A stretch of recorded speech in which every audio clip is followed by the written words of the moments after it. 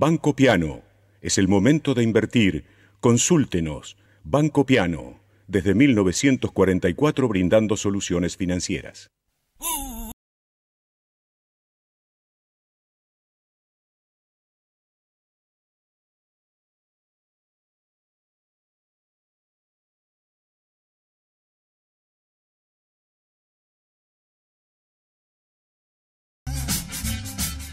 Así comienza Café, Finanzas y Reflexiones, con la dirección de Eduardo Corrado y la participación de el doctor Ricardo Malano, José Pablo da Pena, la producción de Claudia Acosta y Martín Say.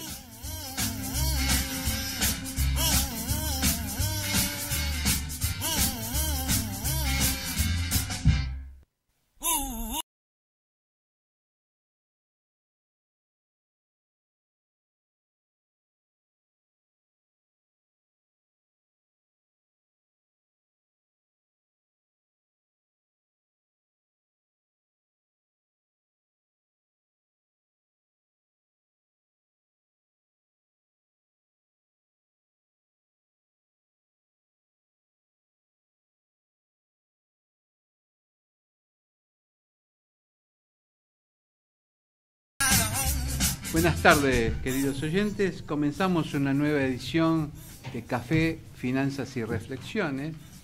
Hoy, 24 de mayo del 2017. Estamos 12:07 en este momento, acá en la ciudad de Buenos Aires. Y vamos a empezar como empezamos siempre. Primero vamos a decir quién está en la mesa, ¿no? Está el doctor da Pena y el doctor Ricardo Malano. Están acompañando en este programa que comienza hoy, que vamos a decir, le vamos a poner un número al programa, ¿no? Vamos a inflacionarlo, como lo que pasa en el país. Estamos en la edición 100.101. Está bien, es un buen número. Es un buen número, claro, para que la gente piense en cuánto es la inflación en la Argentina. Por algún lado vamos a decir que, bueno, como mañana es el 25 de mayo, todos van a tomar, generalmente en las editoriales, los colegas de otras radios han tomado algo de eso como para hacer la editorial. Yo tomé un puntito de la independencia de América, que es la batalla de Pichincha, donde se enfrentan los ejércitos españoles al mando del general Aymerich y las fuerzas sudamericanas al mando del mariscal Sucre. Esto fue un 24 de mayo de 1822 en, digamos, cerca de la ciudad de Quito, al pie de un volcán, el mismo volcán que hoy tenemos en todo el mundo, el volcán que arde por la economía y por la política. Y uno de los puntos que seguramente vamos a tratar de aclarar es el tema de las jubilaciones, la informalidad y el gasto público, un tema que por supuesto toca muy de cerca, donde el diario dice, el Clarín del domingo dice que hay un 27% hay de impuestos en el trabajo, son muchos más, hay muchos costos ocultos no tomados en este editorial, con un mercado laboral dice que tiene el 35% de informalidad, hay mucha más, está cerca del 50% de informalidad. Pero vamos al punto principal, que nosotros en este programa lo hemos dicho varias veces, los sistemas de jubilación están quebrados, así lo dicen los cálculos actuariales. Vamos a aclarar que la carrera de actuario es una carrera que se sigue en la Facultad de Ciencias Económicas. Su base es contabilidad como base, pero todo su desarrollo es matemáticas, y entre ellas matemáticas actuarial, bastante difícil de entender si uno quisiera hacer la carrera. Pero es algo que le dejamos un puntito. Hay una carrera que es actuario, que es la que permite hacer los cálculos para los fondos de pensión y una serie de, digamos, de trabajos más que hacen los actuarios, entre ellos los cálculos de los juegos. Por ejemplo, el de lotería lo hacen los actuarios. Y si uno quisiera implantar un nuevo juego, también lo hacen ellos.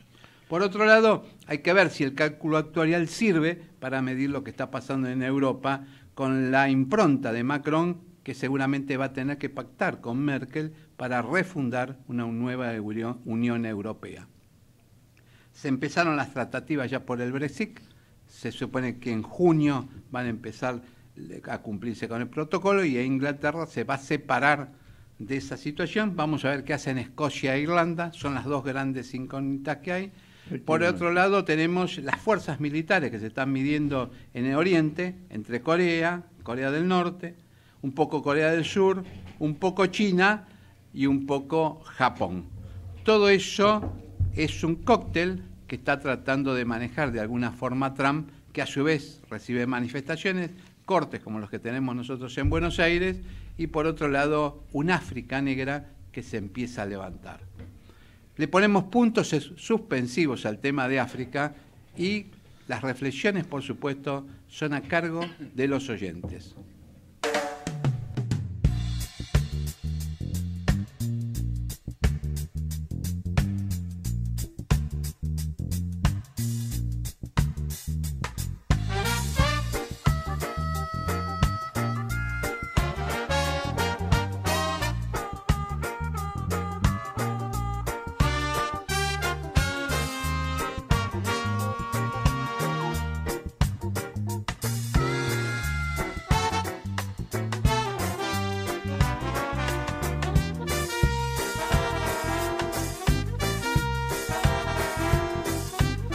Estamos, ¿no? 12 con 12, tenemos los números de teléfono 4325-1220.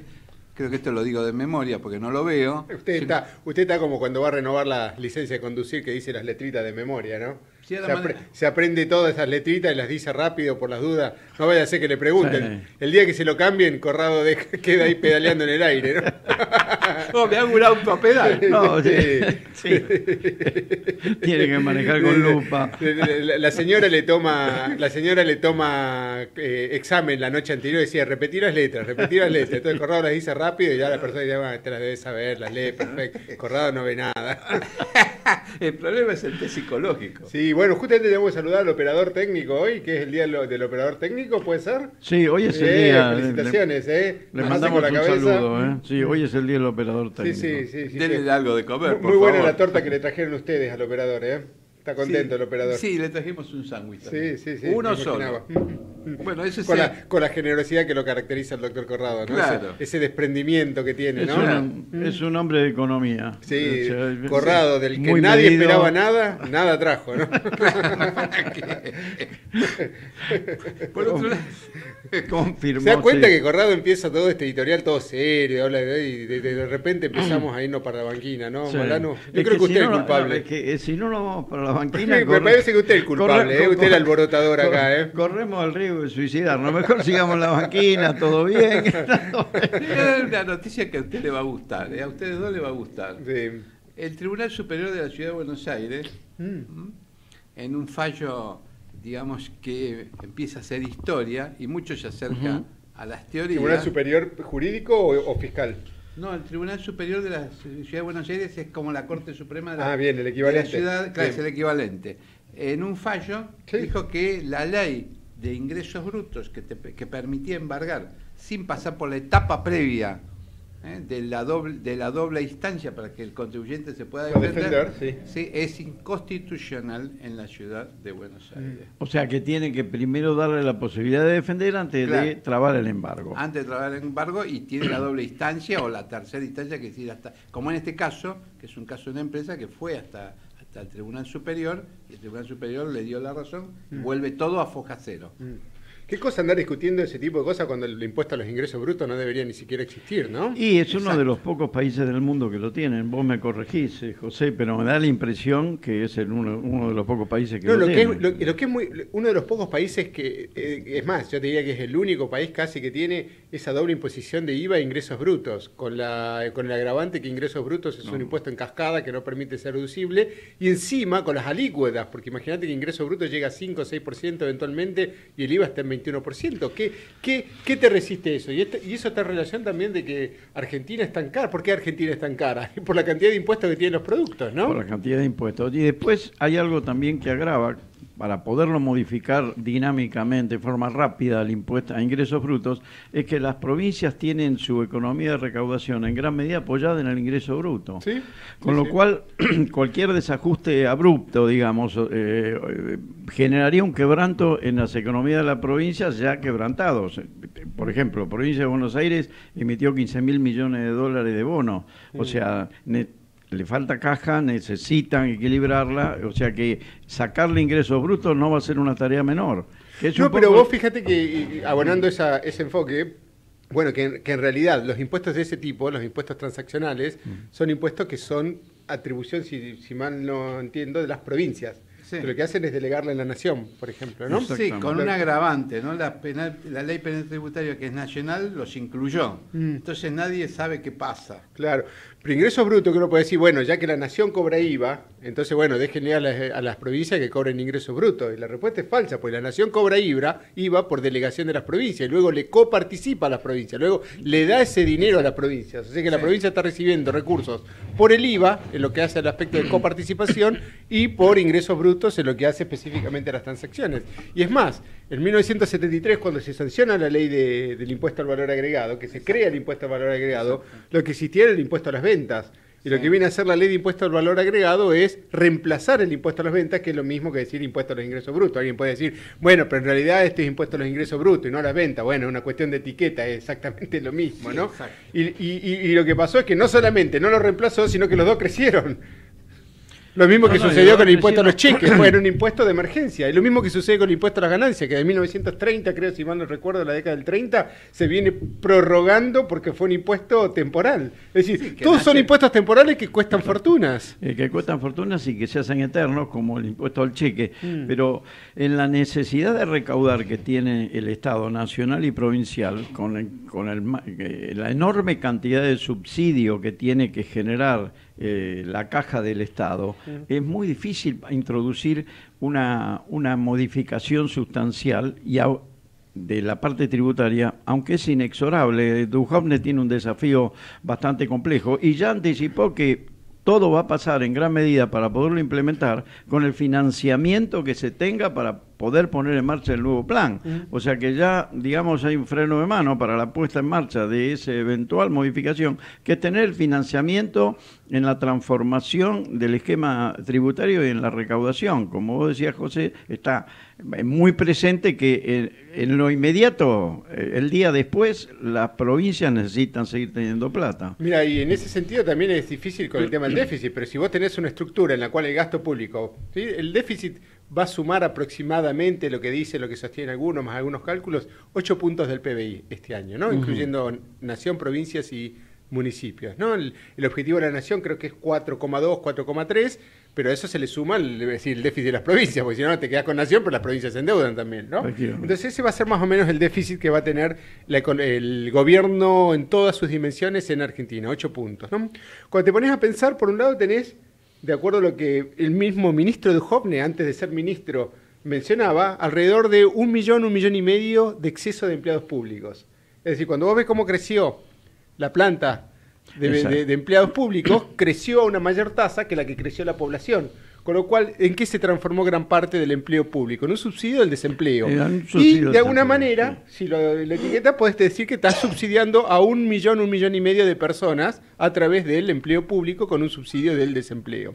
Por otro lado, tenés algo así de 5 millones de planes, ¿bien? De planes sociales que se da asistencia social, ¿sí?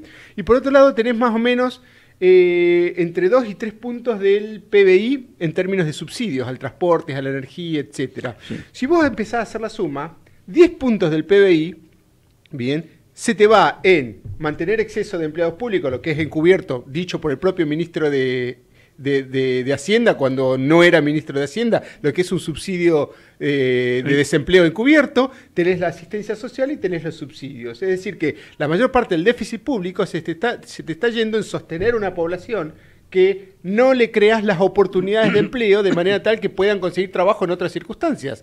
Y en sostener subsidios que de alguna forma transfieren recursos de un lugar hacia el otro de la economía, ¿no? Y vos fíjate que, por ejemplo, algo que están mencionando es que esta va a ser la mayor cosecha de la historia. Desde 1810, en Argentina, la mayor cosecha de granos de la historia. En toneladas. Y el año pasado lo que hicieron fue sacarle las retenciones. O sea que al final del día, en lugar de asfixiar con impuestos a la economía, debería sacarle los impuestos a la economía de manera tal que se pueda... Es decir, la economía reacciona, es si de repente vos tenés una planta y los impuestos vendrían a ser algo así como que en la oscuridad. Entonces, si vos tenés la planta en la oscuridad, no crece. Entonces sacala y vas a ver cómo crece. En definitiva terminás mejor que antes, como lo decíamos hace un par de semanas en la nota. Le sacaste las retenciones de manera parcial a las exportaciones de cereales y ahora resulta que tenemos que el campo paga más impuestos de los que pagaba antes con las retenciones a través de impuestos a las ganancias. O sea, termina siendo mejor para la economía. Bueno. La estás asfixiando con impuestos a la propia economía. Logró aumentar la productividad y en ese sentido hay algo que subrayar en el dato que vos diste, da pena, que es que tenemos la cosecha récord desde 1810 con el 35% de la provincia de Buenos Aires bajo agua. Es decir, hasta ese hándicap un 35% de la provincia de Buenos Aires no está aportando por un problema climático a ese total estadístico que vos das. O sea que sería aún mucha más la cosecha récord. No, y mucho más, y ojo, que hay mucha cosecha retenida porque no llegó el piso para poder vender, digamos, que te sea un poco rentable la soja, son 4.000 pesos de Puerto Rosario, y no llega. Entonces ahí también habría que buscarle, de alguna forma habría que buscar dentro de la política económica del gobierno, cómo sustituyo la soja por otra cosa que sea mucho más rentable, que es, por ejemplo, la quinoa, muy demandada en el mundo, pero que no se produce porque no hay los suficientes créditos como para redicionar, para cambiar el tipo de producción de soja por Vos quinoa. fíjate la vez pasada, el azafrán, ¿sabes lo que cuesta el kilo de azafrán? Ahora mismo te lo googleo, ¿sí? Es carísimo, precio del...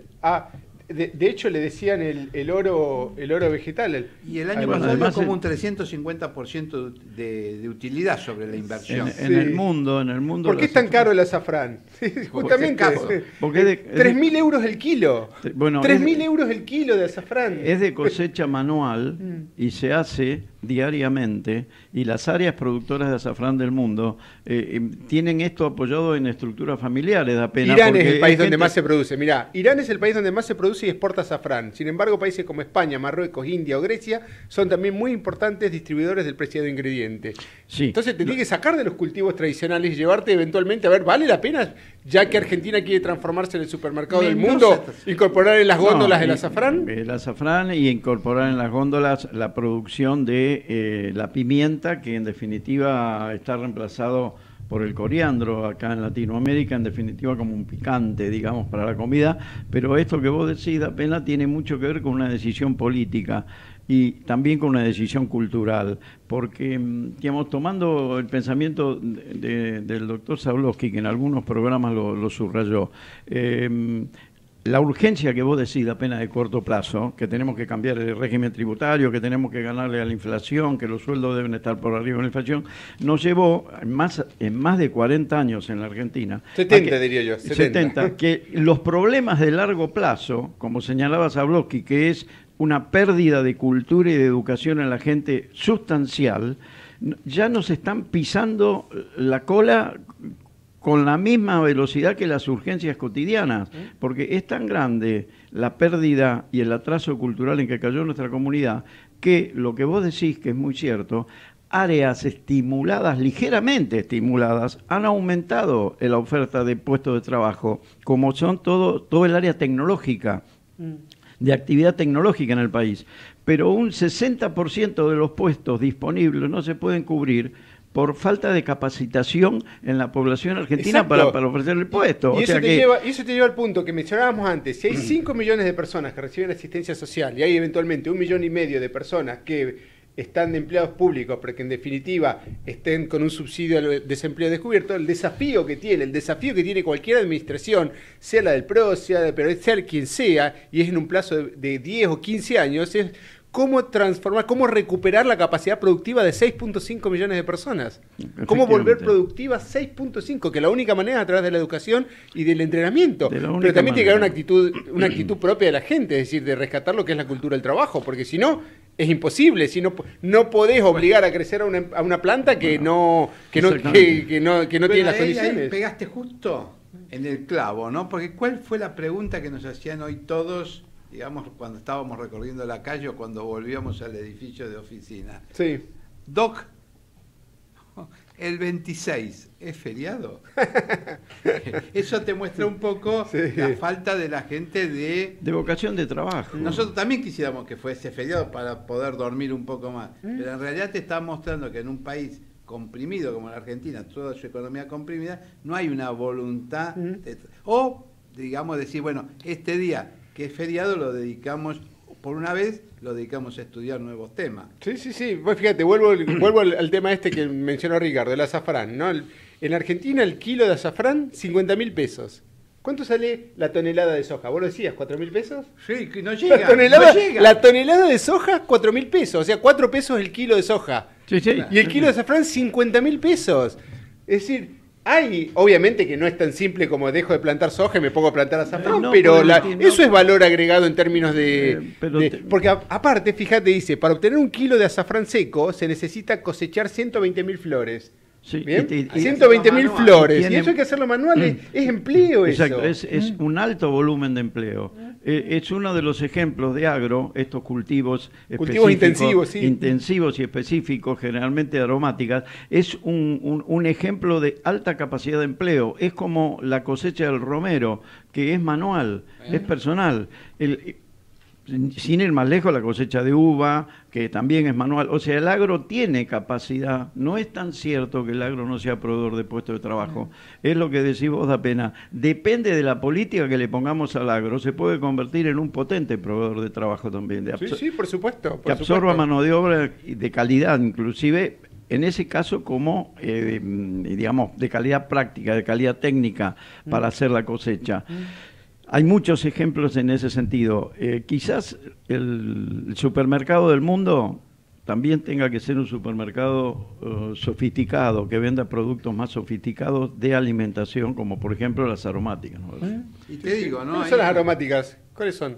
Y por ejemplo el orégano. El orégano, el romero. El romero, la salvia. Y vos eras muy entusiasta de, ¿cómo se llama? Del coriandro, ¿no? Sí. ¿Te gusta el coriandro? Sí, vos lo conocés, al público se lo conoce como cilantro. Ah, el cilantro. Pero bueno, creo que cilantro y coriandro son las dos variantes de lo mismo. Uno es la semilla y el otro es la hoja, algo así, ¿no? Antes de que largue la semilla. En la Argentina se usa mucho el cilantro. ¿Y por qué no se planta más de eso? Eso sería interesante en algún programa futuro, hablar a alguien de agricultura del INTA. Vos tenés contacto con el INTA. Decir, realmente, ¿qué hace falta para mover, para redireccionar la agricultura en ese sentido? Porque para ese tipo de cultivos de especie aromática no necesitas 2.000 hectáreas. No. Por ejemplo, en los campos que plantan soja, como vos estabas diciendo recién, todo lo que queda marginal, que siempre son 50, 60 hectáreas, quedan como sin usar en ese tipo de... No, eso no es... Yo te digo que he viajado por la 34 y plantan hasta la ruta. Es más, han levantado los alambrados para poder...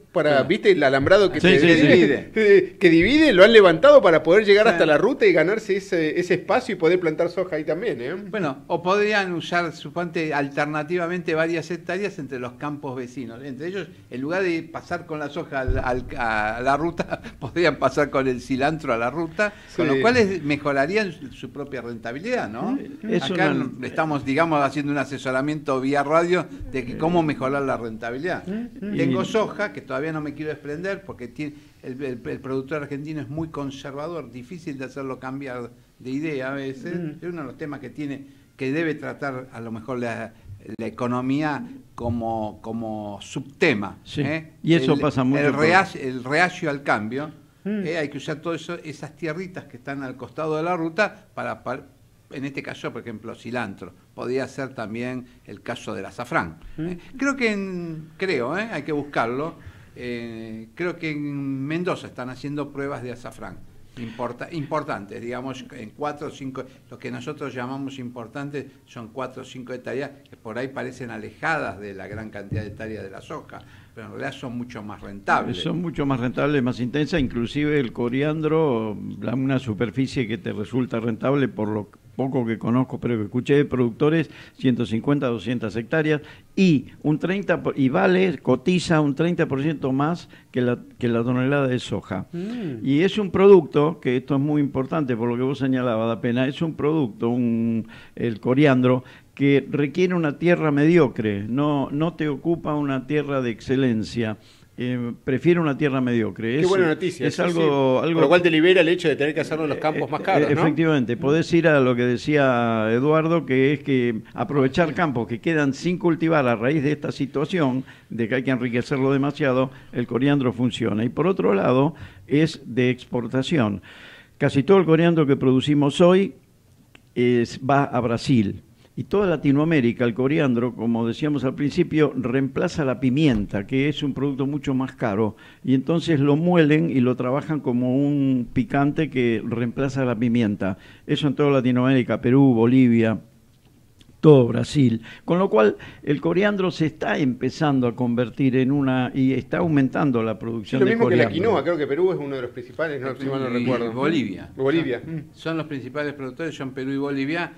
Al exportarse empiezan a sentir esa falta en el mercado alimenticio. Les paso un dato, ¿no? Ahora que estamos hablando de inversiones alternativas, tenés un dato, que es el incienso. Hay que buscar en Arabia... El incienso, mirá qué interesante también, ¿no? El incienso como producción alternativa. ¿Cómo es el riego en las partes esas de Arabia donde se planta? A mano. Donde las sequías son de hace 3.000 años y mueven las piedritas a mano para que pase justo el agua exacta. Mirá qué bueno. Vamos la radio, somos tu voz. Vamos con Eco, siempre la verdad y la mejor información. ¡Ay, pero qué tarde que se me hizo! Me tengo que apurar porque si no, no llego.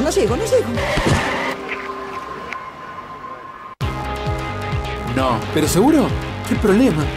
Bueno, vamos a encontrar una solución. Bancame ahí que en 2 minutos estoy con vos. Bueno, vos ahora te tenés que ir. Sí, pero yo quiero hablar de esto ahora. Cuando llegue a casa te llamo. 3 de cada 10 muertos en el tránsito son peatones. Cruzá siempre por la senda peatonal o esquina, respetando los semáforos. Allí, todos los vehículos deben darte prioridad. Luchemos por la vida. Descarga gratis de tu celular la aplicación Ecomedios. Podés escucharnos en vivo, informarte con las últimas noticias y entrevistas en audio y video. Búscala y bajate la aplicación Ecomedios. Podés vernos en vivo en ecohd.com.ar. Conectate con nosotros. Línea directa 4-325-1220. Global Inversión. El único fondo de inversión agropecuario focalizado en especies aromáticas. Más información en nuestra página globalinversión.com. En noticiasyeconomía.com.ar vas a encontrar la información y la opinión que no sale en otros lados. Gestión integral de inversiones inmobiliarias en Miami. Eduardo Pérez Oribe, presente en el mercado de Miami por más de 25 años, le brinda servicios de asesoramiento, búsqueda y análisis de opciones, gestión integral de la compra y administración posterior de su propiedad para que su decisión de invertir en bienes raíces en USA se concrete con óptimos resultados. Le ofrecemos un servicio diferenciado que incluye la compra y la gestión de todos los aspectos pre y post compra. Intertrust Realty. Teléfono 52 56 7136.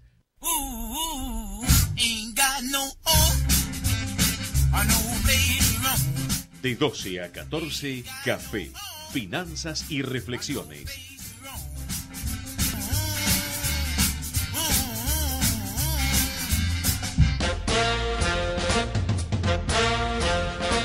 Seguimos en Café, Finanzas y Reflexiones. 12:34, 55 segundos. Vamos a ser precisos.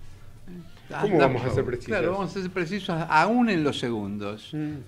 Tenemos que... Lo que pasa es que es imposible ser preciso en los segundos, porque una vez que lo dijo ya pasó el segundo. Es como el principio de Heidegger en la física, que uno al observar el experimento lo afecta, entonces es imposible observarlo con precisión.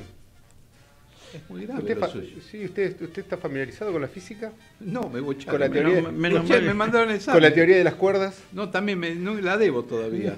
Menos mal que esta realidad no es una teoría, sino que es una realidad que dice la pena. Menos mal que en la cocina es más elástico, si no se quemaría toda la comida, ¿no? En gastronomía, la generosidad siempre hay un minuto más. Sí, los universos paralelos. ¿Usted Tampoco. está familiarizado con los universos paralelos? Que en realidad una partícula es un punto de una cuerda que no alcanzamos a ver. ¿A ver? Eso lo En leí. realidad los enfoques de los multiversos. ¿Ah, Aunque sí? suene raro, así se llama, Sí, en sí, lugar sí, de sí. universo, multiverso, aunque suene a multiverso. verso de Poeta. mentiras, sí, exactamente, los multiversos. Hay realidades paralelas. En una realidad paralela, el doctor Malano es un exitoso deportista que juega al fútbol. Sí, Sí, en otra época y en otro planeta. Mira, eso te agradezco. Se ve que en tus investigaciones me encontraste. Tratá de buscarme como exitoso financista, a ver qué puede ser más útil. ¿Qué le gustaría hacer a usted en una realidad paralela, doctor Corrado? ¿A mí? No sé. Puede ingeniero. desear cosas, a ver. Se mete en un agujero negro y sale una realidad paralela. ¿Qué le gustaría hacer? Y a lo mejor ingeniero. Ah, está. No, Un no poco es muy- ambicioso. sí, no es demasiado imaginativo. No hay demasiada ¿no? fantasía, ¿no? En, Claro, en sí. sus aspiraciones, Star ¿no? Wars, o sea. Claro, dejemos Bien. la fantasía para Hoy los 24 de mayo, uno de los puntos importantes hablando de impuestos, que estábamos hablando antes de los impuestos, recorrer un poco cuál fue el contexto económico en el cual se desarrolló la Revolución de Mayo, ¿no? Recordemos que a fines del 1700 se había producido la Revolución estadounidense, que era la revolución, la independencia de Estados Unidos de Gran Bretaña, que en gran medida se había producido como consecuencia de los impuestos que le cobraba Gran Bretaña a Estados Unidos. El Tenía que exceso de vivirlo, impuestos. muchachos. Exactamente, la revolución del té, todo ese tipo de cosas que estaban vinculados. Lo mismo sucedió con la Revolución Francesa, que de alguna forma el pueblo francés se cansó de los impuestos que le cobraba la monarquía y decidió, pues realmente estaba en la miseria, y mientras que veía que había una opulencia por parte de la monarquía, ¿no? O sea que, fíjate que gran parte de las revoluciones suceden o vienen motivadas por aspectos impositivos. Y en el caso argentino, el principal impuesto en esa época era el de aduanas. Lo que pasa es la Constitución del 53. Sí, pero, es decir, aduanas era un impuesto al intercambio y Efectivamente. entonces el que lo cobraba justamente era a través del virreinato, lo cobraba España, es decir, el dinero iba a España, ¿no? Entonces había un escenario propicio, es decir, obviamente decís, mira, yo te pago los impuestos, los recaudamos acá, pero se los mandamos a España. Entonces, en España, ¿qué había sucedido? ¿Qué sucedía en ese momento también? Y ahí tampoco es despreciar lo que fue la injerencia inglesa, porque Inglaterra trata de invadir 2 veces el virreinato de Río de la Plata, las fallidas invasiones inglesas 1806 y 1807, que es repelida. Pero ¿por qué quería expandirse Gran Bretaña? Porque ya había iniciado el proceso de la revolución industrial y necesitaba generar mercados para poder colocar sus productos. Porque si producís un montón de cosas, ¿y a quién se lo vendés? Y justamente un terreno apetito es más el hecho de que Estados Unidos se había independizado de Gran Bretaña, con lo cual necesitaba urgente nuevos mercados. Lo intentó a través de la fuerza, no lo pudo hacer. Y después lo intentó por medios políticos, empezó a tener injerencias, ¿no? A través del Uruguay, a través de lo que era la zona de Uruguay, que no se llamaba Uruguay, sino que era el virreinato del Río de la Plata, ¿no? Entonces tenía cierta injerencia. Y al mismo momento lo que sucede fue la guerra entre España y Francia, contra Napoleón, que España la comienza a perder. Entonces se dio un contexto económico en el cual de repente los quienes estaban en Álzaga y quienes estaban en ese momento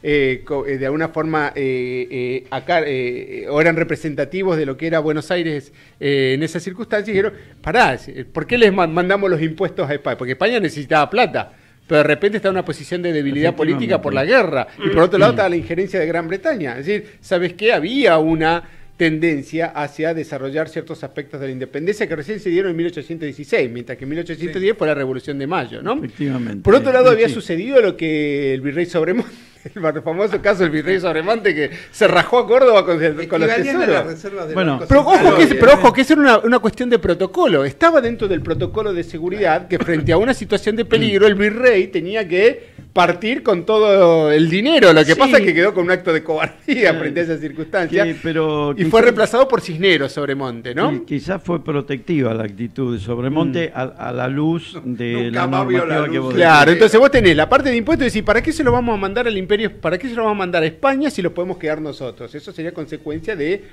un aspecto, una tendencia a las independencias. En segundo lugar, la debilidad de España. En tercer lugar, los antecedentes de Francia y de Estados Unidos. Y en cuarto lugar, la injerencia política de Gran Bretaña tratando de expandirse. Y sobre Gran Bretaña te voy a dar poniéndole foco, como dicen los fotógrafos, al tema de las invasiones inglesas. El revisionismo histórico ha llegado a la conclusión que la primera invasión de Bedford en realidad no fue una invasión tratando de tomar el virreinato, sino que venía a llevarse el dinero que había en la aduana. Claro. Porque Bedford tenía el dato, o Inglaterra tenía el dato, y le bajaron la línea a Bedford de que viniera a invadir para llevarse el dinero. Por eso la gran batalla... Pero ya no quería quedarse con el territorio, sino que se quería como un pirata, digamos. Bueno, perdón, más elegante, patente de corso, ¿no? Claro. Era cargarse los bultos de moneda e irse, y él se encontró con la resistencia. Con la resistencia, como si quisiera tomar la ciudad. Yo creo que si le preguntan y negocian ahí, cargan los bultos y se van, no son un tiro. Claro. ¿No? Porque esa era un poco la idea de él. El dato de la primera, ¿no? La segunda... Pero viste cómo se da un contexto económico en el cual, en cierta forma, cuando uno lo aprende en la escuela, bueno, es la Revolución de Mayo, los revolucionarios, la independencia, etcétera, etcétera. Pero todo se da en un caldo de cultivo económico-político, en un aspecto geopolítico y económico, que justamente propicia ese tipo de circunstancias, ¿no? Y no te olvides que después, en definitiva, Inglaterra limpia todo eso cuando derrota a Napoleón. Bueno, ahí pero... queda, digamos, como el gran hacedor de los imperios, Inglaterra. Está en Waterloo. Claro, lo derrota. Bueno, y entonces al derrotar... ¿Cómo el almirante Nelson era? No, Nelson es en la batalla de Trafalgar. Ah. Y Nelson, que era el almirante inglés, muere en la batalla. Del bar. No, pero interesante la historia para ver cómo de alguna manera lo económico los eventos son condicionados por las circunstancias. Uno no puede de manera independiente decir, bueno, nos vamos, sino que se daba un terreno propicio para eso, ¿no? Y sobre todo por el aspecto impositivo, por las aduanas. ¿Quién se lleva el dinero? ¿No? Efectivamente. Y además, lo que decís vos da pena, la economía es el gran motor de esos procesos, algunos imponentes, de guerras y contraguerras y pérdidas de territorio y a independencias de territorio. Bueno, de hecho, la creación del Estado de Panamá, que en realidad era parte de la Gran Colombia. Era parte y como consecuencia del Canal de Panamá, dice, bueno, para que se independicen esto, y pasa a estar el Canal de Panamá bajo el dominio estadounidense, hasta tanto se cumplía el plazo ese de alquiler que habían acordado, ¿no? Sí, creo que eran 99 años. Es decir, que ya hace un par de años se cumplió. Hay un revisionismo, o sea, el valor del revisionismo histórico es, de alguna manera, modificar el relato de la historia oficial, porque todas las naciones y todas las coyunturas históricas tienen un relato de historia oficial. Esto es lo que pasó, pero muchas veces, como bien decís vos, apenas pasaron otras cosas. Sí. En ese caso, por ejemplo, eso te lleva, por ejemplo, también al hecho de pensar, bueno, el reclamo argentino que existe sobre el territorio de Malvinas, ¿no?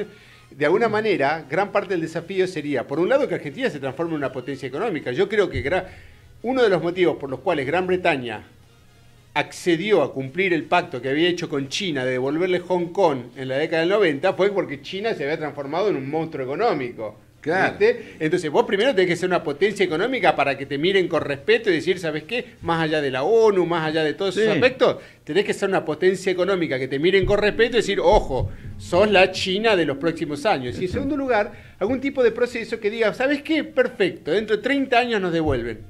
Pero los 30 años van a pasar y dentro de 30 años tus hijos o tus nietos van a disfrutar de los beneficios de las cosas que tuviste oportunidad de sembrar ahora en estas circunstancias, ¿no? Sí. Sobre todo hablando de practicidad y de factibilidad. Indudablemente. Y en datos históricos que posiblemente los oyentes lo vieron por televisión, yo lo traigo como un dato de un historiador que comentó que en el caso de la Revolución de Mayo, que fue incruenta, verdaderamente fue incruenta, podría haber sido sumamente cruenta, porque el reparto de las cintas de celeste y blanca era un distintivo, porque el proyecto de French, Beruti y de los revolucionarios era que si en el Cabildo Cisneros finalmente no accedía a ceder el poder, iban a irrumpir y iban a matarlo. Claro. ¿No? El proyecto era matar a los que fuera necesario. Entonces, para no matarse entre ellos, se distinguían con la cinta celeste y blanca.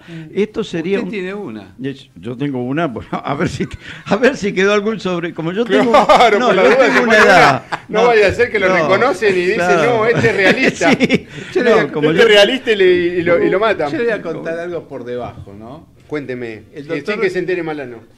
Claro, el doctor Malano recibió esas cintas celestes y blancas que tiene por debajo en un mostrador. En un mostrador se lo dieron, ¿no? No les puedo decir de dónde, pero le dio, mire, doctor, tome la cinta celeste y blanca y dejamos nada más que puesta su foto acá y váyanse. Ah, eso sé, en alguna sucursal de la FIP debe haber sido, ¿no? Y peor que regional. Eso, diría yo, peor que eso. Pero bueno, no podemos romper el secreto profesional. Bueno, pero yo lo que sí, en ese sentido lo que valoro es tu comentario. Apenas yo como tengo una edad, te voy a aclarar que yo era amigo de Beruti. ¿De Cisneros? No, de Beruti. Por eso conozco este dato. Usted, vos, de primera mano. Vos y Corrado ya eran socios en el estudio en ese momento, ¿no? Bueno, pero Corrado... Lo que pasa es que el estudio estaba cerca del Cabildo, con lo cual asistían de primera mano a las reuniones, ¿no? Sí, pero Corrado se abstuvo de ir a la fogonería de Vieites, ¿o no?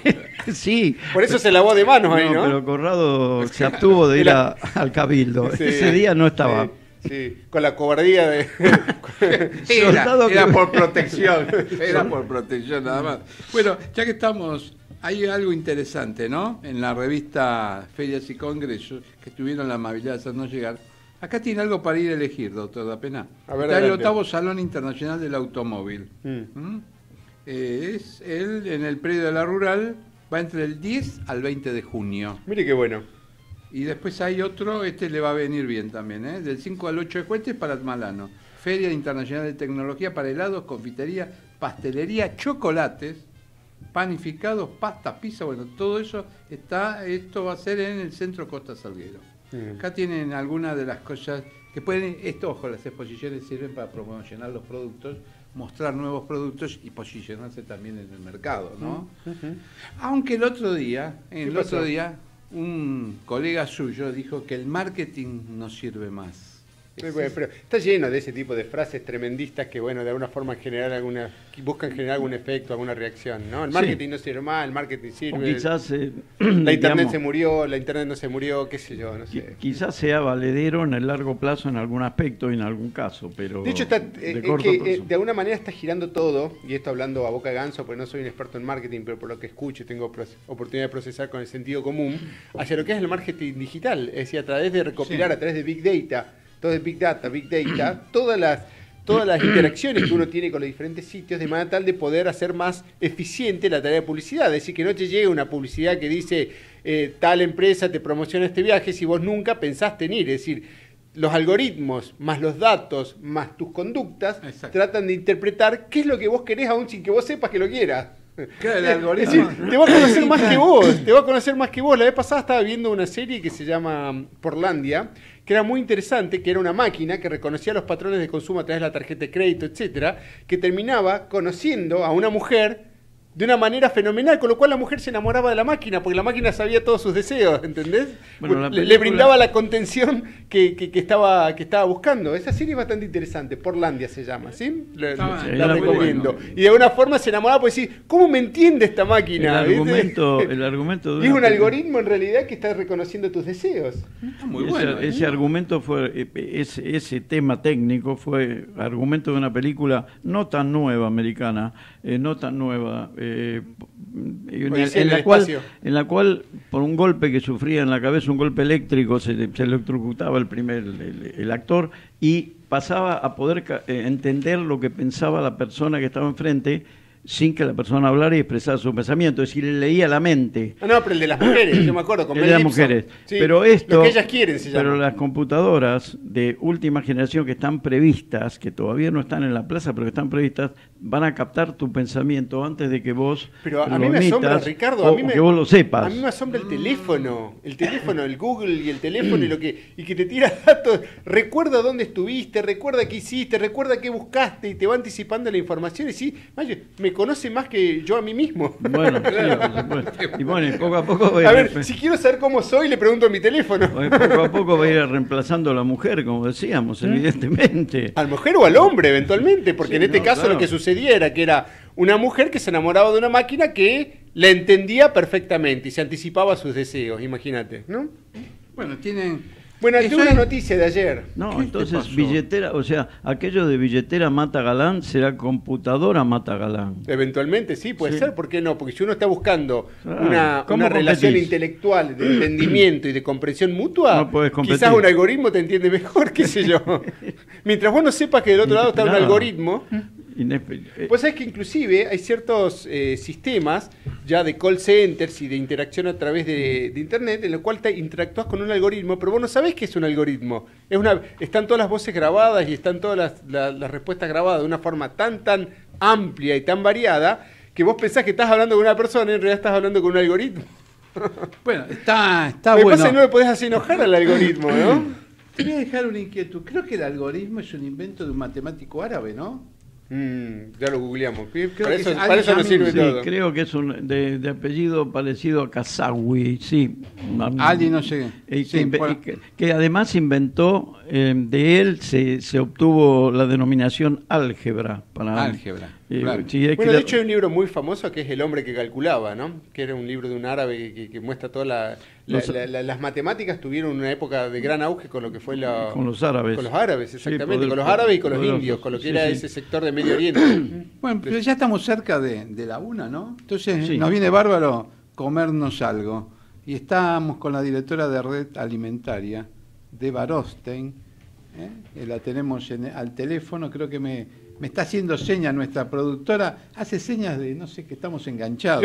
La seña que le está haciendo yo no la repetiría al público. Porque es obscena. Esa seña que le está haciendo la productora.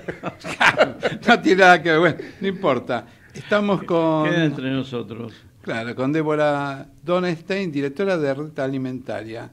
¿Estás ahí estás escuchándonos? No. Todavía no se pudo establecer contacto. Yo tengo una mala noticia. Sí, ¿Ya está? ¿Está conectado? Sí, está conectado. Sí, ahí está.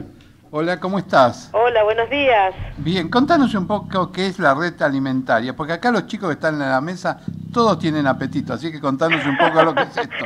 Bueno, no me dedico al gourmet, así que... en No, todo acá, caso, no, viene lo que viene, lo comen. Claro, bueno, entonces, en principio, bueno, gracias por la oportunidad de compartir qué hacemos exactamente hace 20 años. Red Alimentaria nace en septiembre del año 97, que es el mismo año que llega a la Argentina Internet.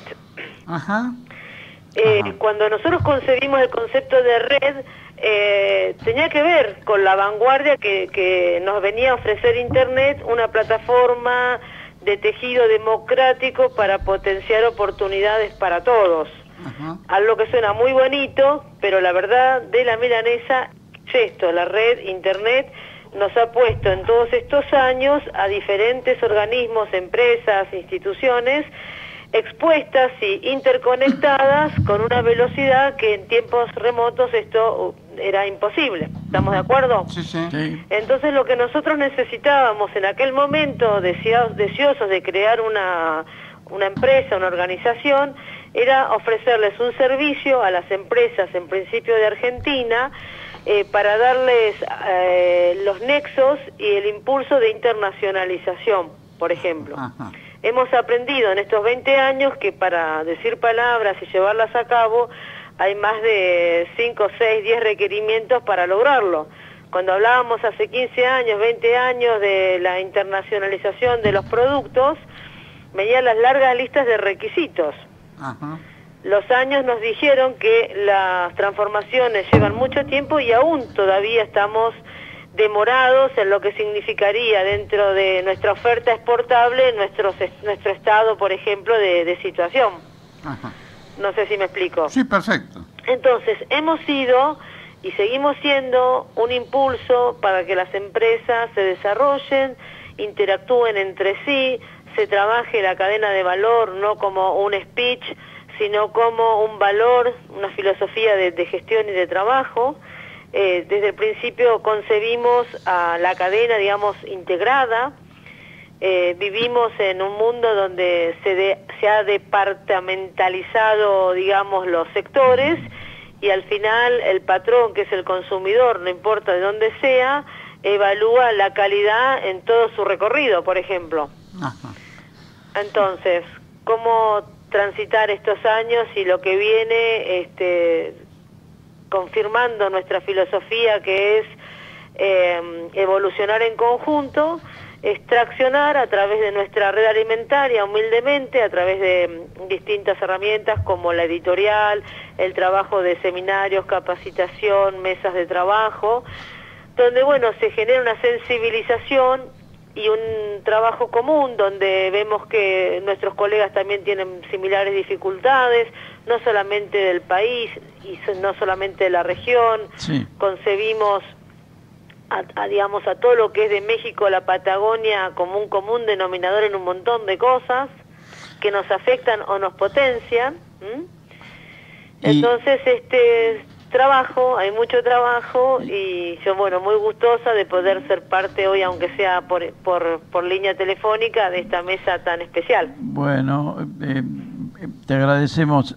Lo que nosotros te queremos preguntar es cómo, para que el oyente lo tenga claro, Red Alimentaria, ¿cómo materializa? Amplíanos un poquito eso, cómo materializa esa conexión con distintas entidades o personas o empresas que requieren interconectarse. ¿Lo hacen por la gráfica, decías vos?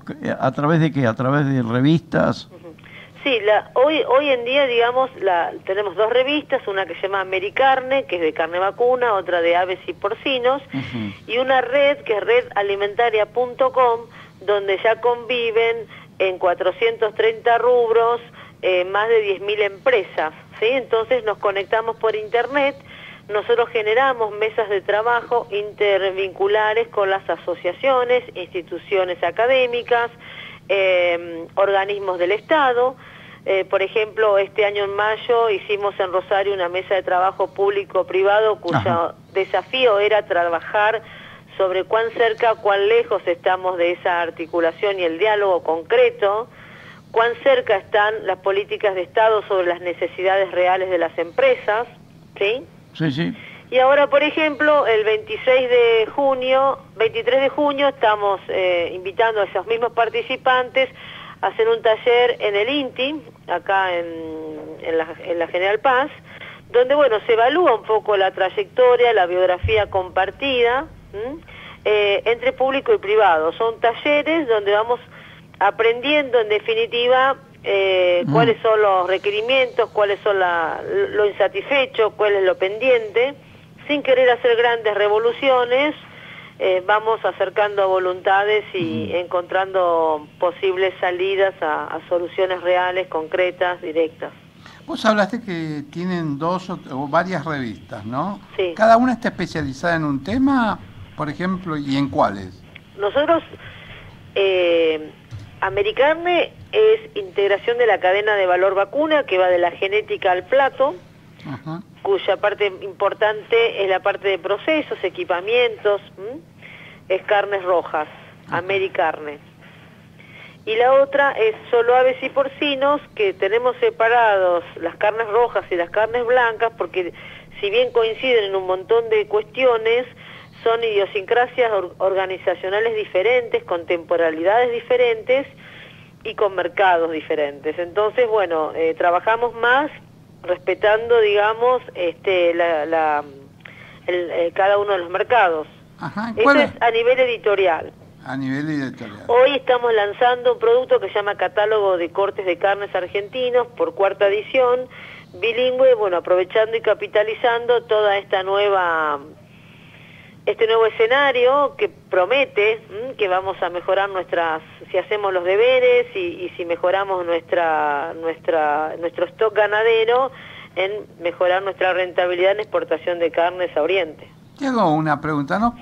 Más o menos, ¿en cuánto está el stock de carne hoy en la Argentina y cuánto representa? ¿Creció con respecto a lo que teníamos en el año 50 o se mantiene más o menos? No, nosotros hemos perdido en los últimos 10 años 10 millones de cabezas.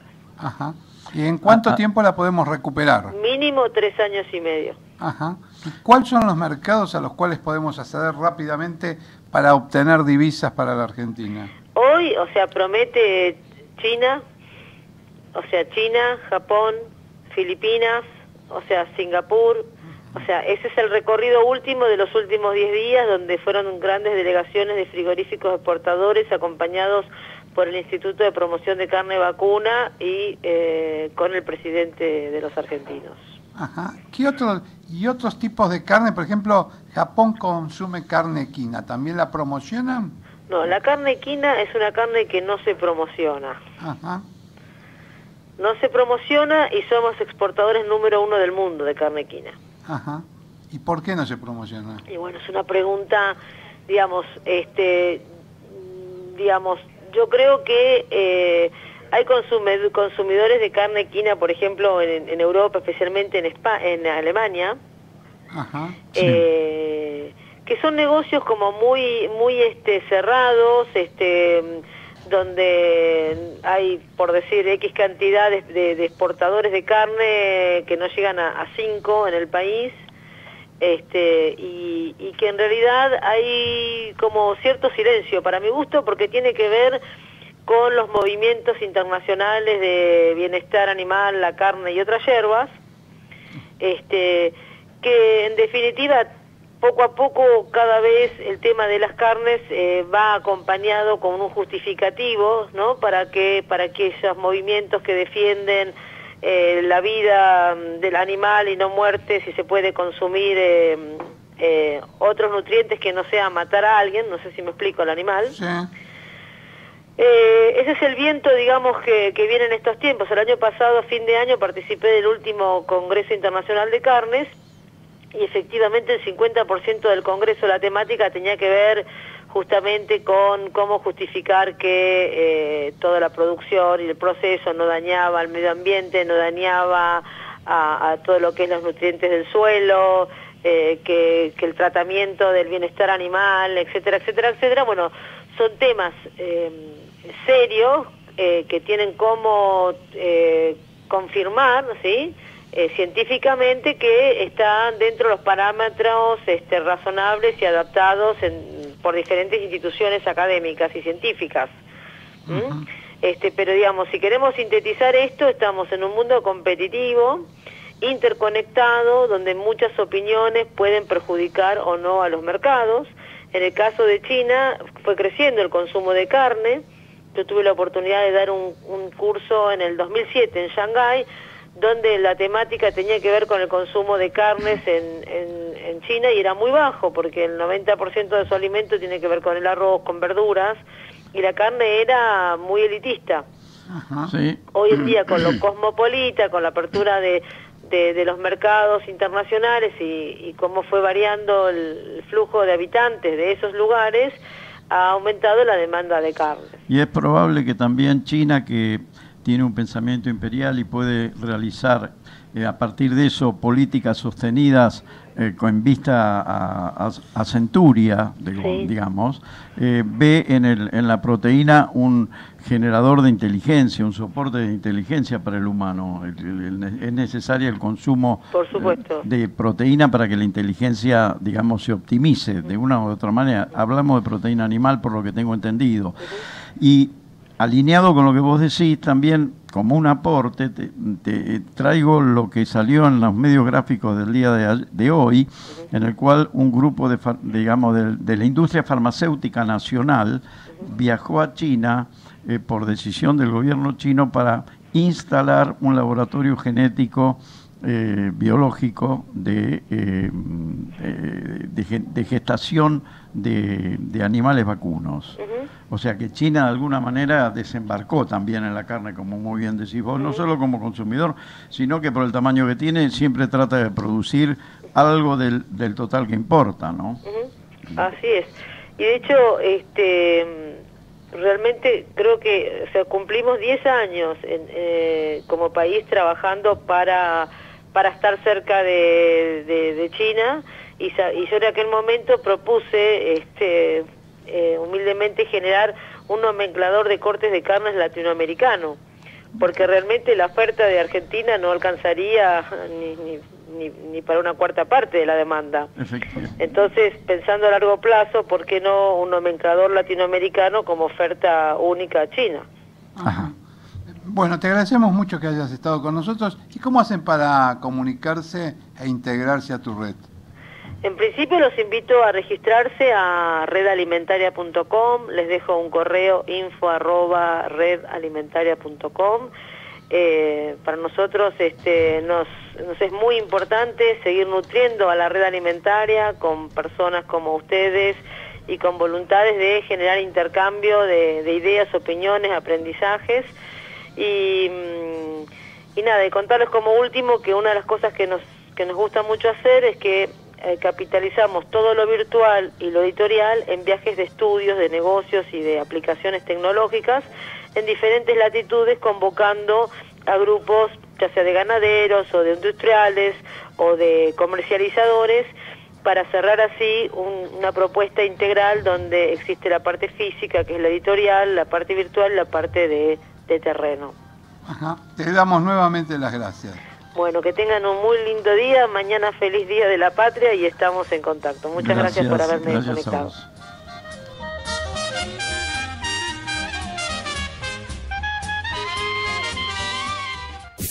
Desde Buenos Aires, transmite LRI 224, AM 1220, Ecomedios. La información que pasa por Eco está en ecoya.com.ar. Conectate con nosotros. Facebook.com/Ecomedios 1220. Global Inversión, el único fondo de inversión agropecuario focalizado en especies aromáticas. Más información en nuestra página globalinversión.com. Mantenete siempre informado en www.noticiasyeconomia.com.ar. Gestión integral de inversiones inmobiliarias en Miami. Eduardo Pérez Oribe, presente en el mercado de Miami por más de 25 años, le brinda servicios de asesoramiento, búsqueda y análisis de opciones, gestión integral de la compra y administración posterior de su propiedad para que su decisión de invertir en bienes raíces en USA se concrete con óptimos resultados. Le ofrecemos un servicio diferenciado que incluye la compra y la gestión de todos los aspectos pre- y post-compra. Intertrust Realty. Teléfono 5256-7136. Estás escuchando Café, Finanzas y Reflexiones por AM 1220 Ecomedios.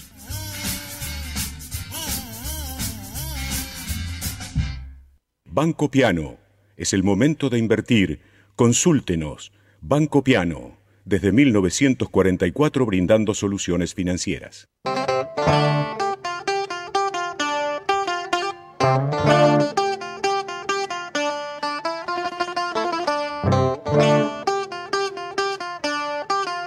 Seguimos en Café, Finanzas y Reflexiones. Son la 1:07, 1:08. Estamos acá en AM 1220. El Banco Piano está auspiciando el tema de los mercados. Y vamos a dar las principales cotizaciones de los mercados. ¿Sí? No se olvide de esa moneda que tiene por No, ahí. por supuesto. Búsqueme alguna otra. Empecemos primero por el Merval. Hoy 0.63% para arriba. Petrobras, la estrella, 2,78% para arriba. Y Sideral para abajo, menos 1,72%. Los dos extremos, para arriba y para abajo. Un 0,63% en total. En lo que hace las bolsas mundiales, tenemos el Shanghai Composite, que es el de China, 0.06%, o sea que va razonablemente estable. Cuando termine con esto vamos a hablar un poco de China, ¿eh?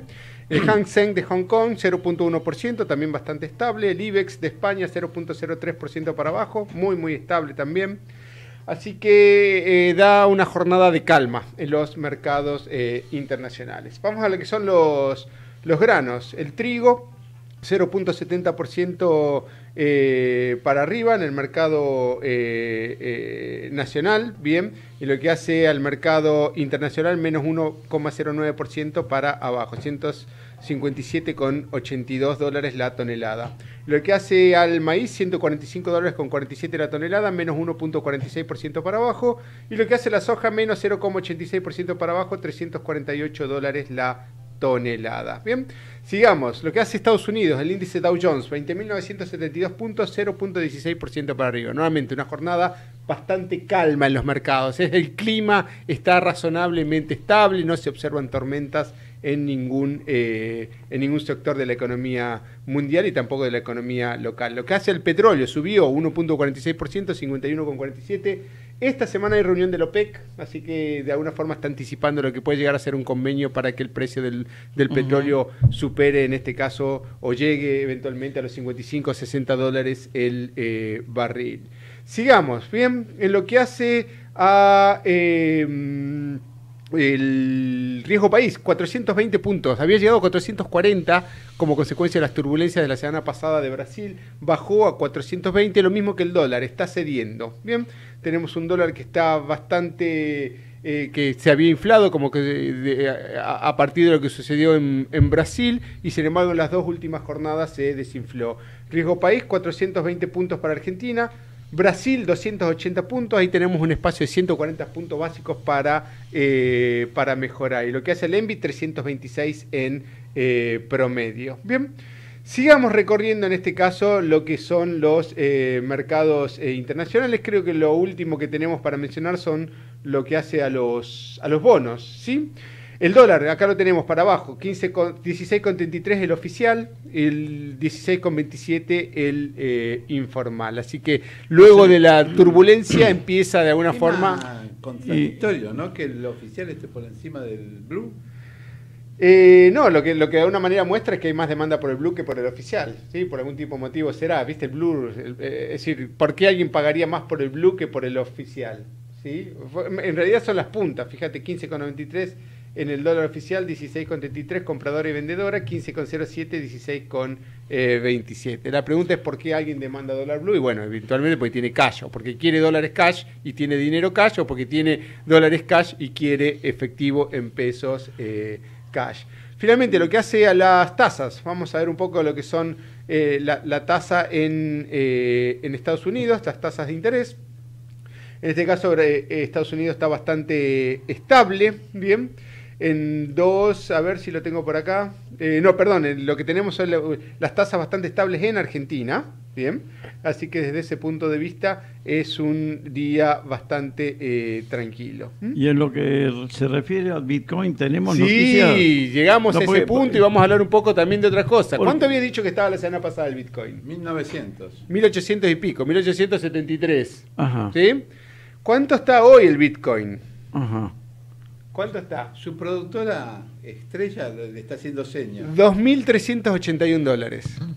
¿Será una burbuja? Yo les dije, por eso no viene nuestro amigo Martín, por eso no viene, porque está sufriendo por toda la plata que está perdiendo. Exactamente. La semana pasada cerró el día 17 de mayo, $1.800 el Bitcoin. Hoy está en $2.371 el Bitcoin. Nuevamente, el que avisa no traiciona.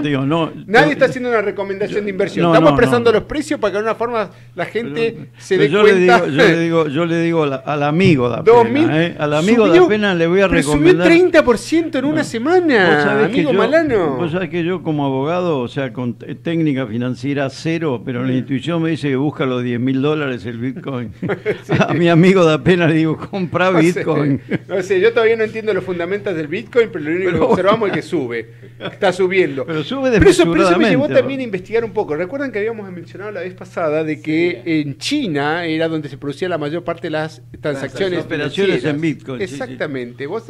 Vos sabés que el índice, si hay algo que estuve revisando, a ustedes se les pasó desapercibido porque el mercado de capitales chino no es demasiado significativo a nivel internacional. Sí, es verdad. Pero en el 2015, en junio, el índice, el Shanghai Composite Index llegó a 5.000 puntos y se produjo y cayó a 3.000 puntos. O sea, de 2.000 pasó a 5.000 y de 5.000 cayó a 3.000. Bien, y gran parte de eso se debe, estuve investigando un poco lo que es la economía china, hubo una burbuja, gran parte de los ahorros, China tiene una cuenta corriente positiva, eso significa que la economía produce más de lo que consume, lo cual significa que está ahorrando, gran parte de esos los ahorros se estaban volcando a lo que es las acciones, primero las propiedades y después las acciones, sin embargo había una disparidad de precios entre las empresas chinas que cotizaban en Hong Kong y las empresas chinas que cotizaban en China, lo cual de alguna forma mostraba una disparidad. con lo cual me da la impresión de que se está utilizando el Bitcoin justamente para sacar capitales de China. Eso está generando una gran demanda. Sumado a eso el hecho de que tuvo popularidad por los secuestros virtuales que sucedieron la semana pasada. ¿Bien? Las empresas que había que pagar un Bitcoin de rescate por cada máquina. Claro, exactamente. Entonces, entre la demanda china, bien, que agrupa el 90, el 80, el 90% de las transacciones mundiales, la demanda de salida de dinero, más lo que es eventualmente lo que se utiliza en el mercado este virtual, esto está generando una demanda por los bitcoins que está de alguna forma impulsando el precio. 50, te digo, es mucho dinero, $1.800 la semana pasada, $2.300, casi $2.400, 33% en una semana. Y cuando hablamos hace un mes, ¿te acordás? $1.200. Claro. Se duplicó, se multiplicó por un 100% de ganancia en lo que fue el último mes o las últimas 5 semanas. Así que bueno, bastante significativo ese instrumento del cual no muchos creen, no muchos confían, entre los cuales me incluyo, pero sin embargo, como decía Galileo Galilei, Epur si mueve, ¿no? Sí, al final al final se gana plata con eso, ¿qué va a hacer? Sí. El punto es si eventualmente en algún momento, al no entender los fundamentals, cuando no entendés una inversión, se te hace difícil anticipar por qué eventualmente puede llegar a subir o bajar. Subir o bajar, o inclusive si es una burbuja, tampoco lo puede detectar. Claro, exactamente. Y lo que tenemos también otra inversión que fue muy muy buena. Ayer debutó el BIMA en la bolsa, que es la nueva bolsa de mercados, ¿no? Cronista acá publica. Subió de 100 a 150 pesos. En realidad, la mejor noticia de esa es que los socios de la bolsa, empleados, etcétera, tuvieron una suscripción de acciones a 52 pesos. Ah, a un tercio. No, un tercio no, salió así. No se sabía qué precio iba a salir. O sea que cuando te dan a decir, mire, usted quiere comprar, tiene un cupo limitado de acciones. ¿Sí? Entonces te daban 2.052 acciones. Te la posibilidad de comprarla, pero tenías que suscribirla a 52 pesos. Realmente voló. Voló. Sí. Y ayer debutó el BIMA, que es la nueva de Bolsa y Mercados de Argentina, que es el nuevo mercado integrado, federalizado. Sí. Y arrancó con 100 pesos y llegó hasta 160, no sé si llegó a 160, cerró en 150 pesos la acción. Así que imagínate, en un día multiplicaste por 3 tu inversión. ¿Está bueno?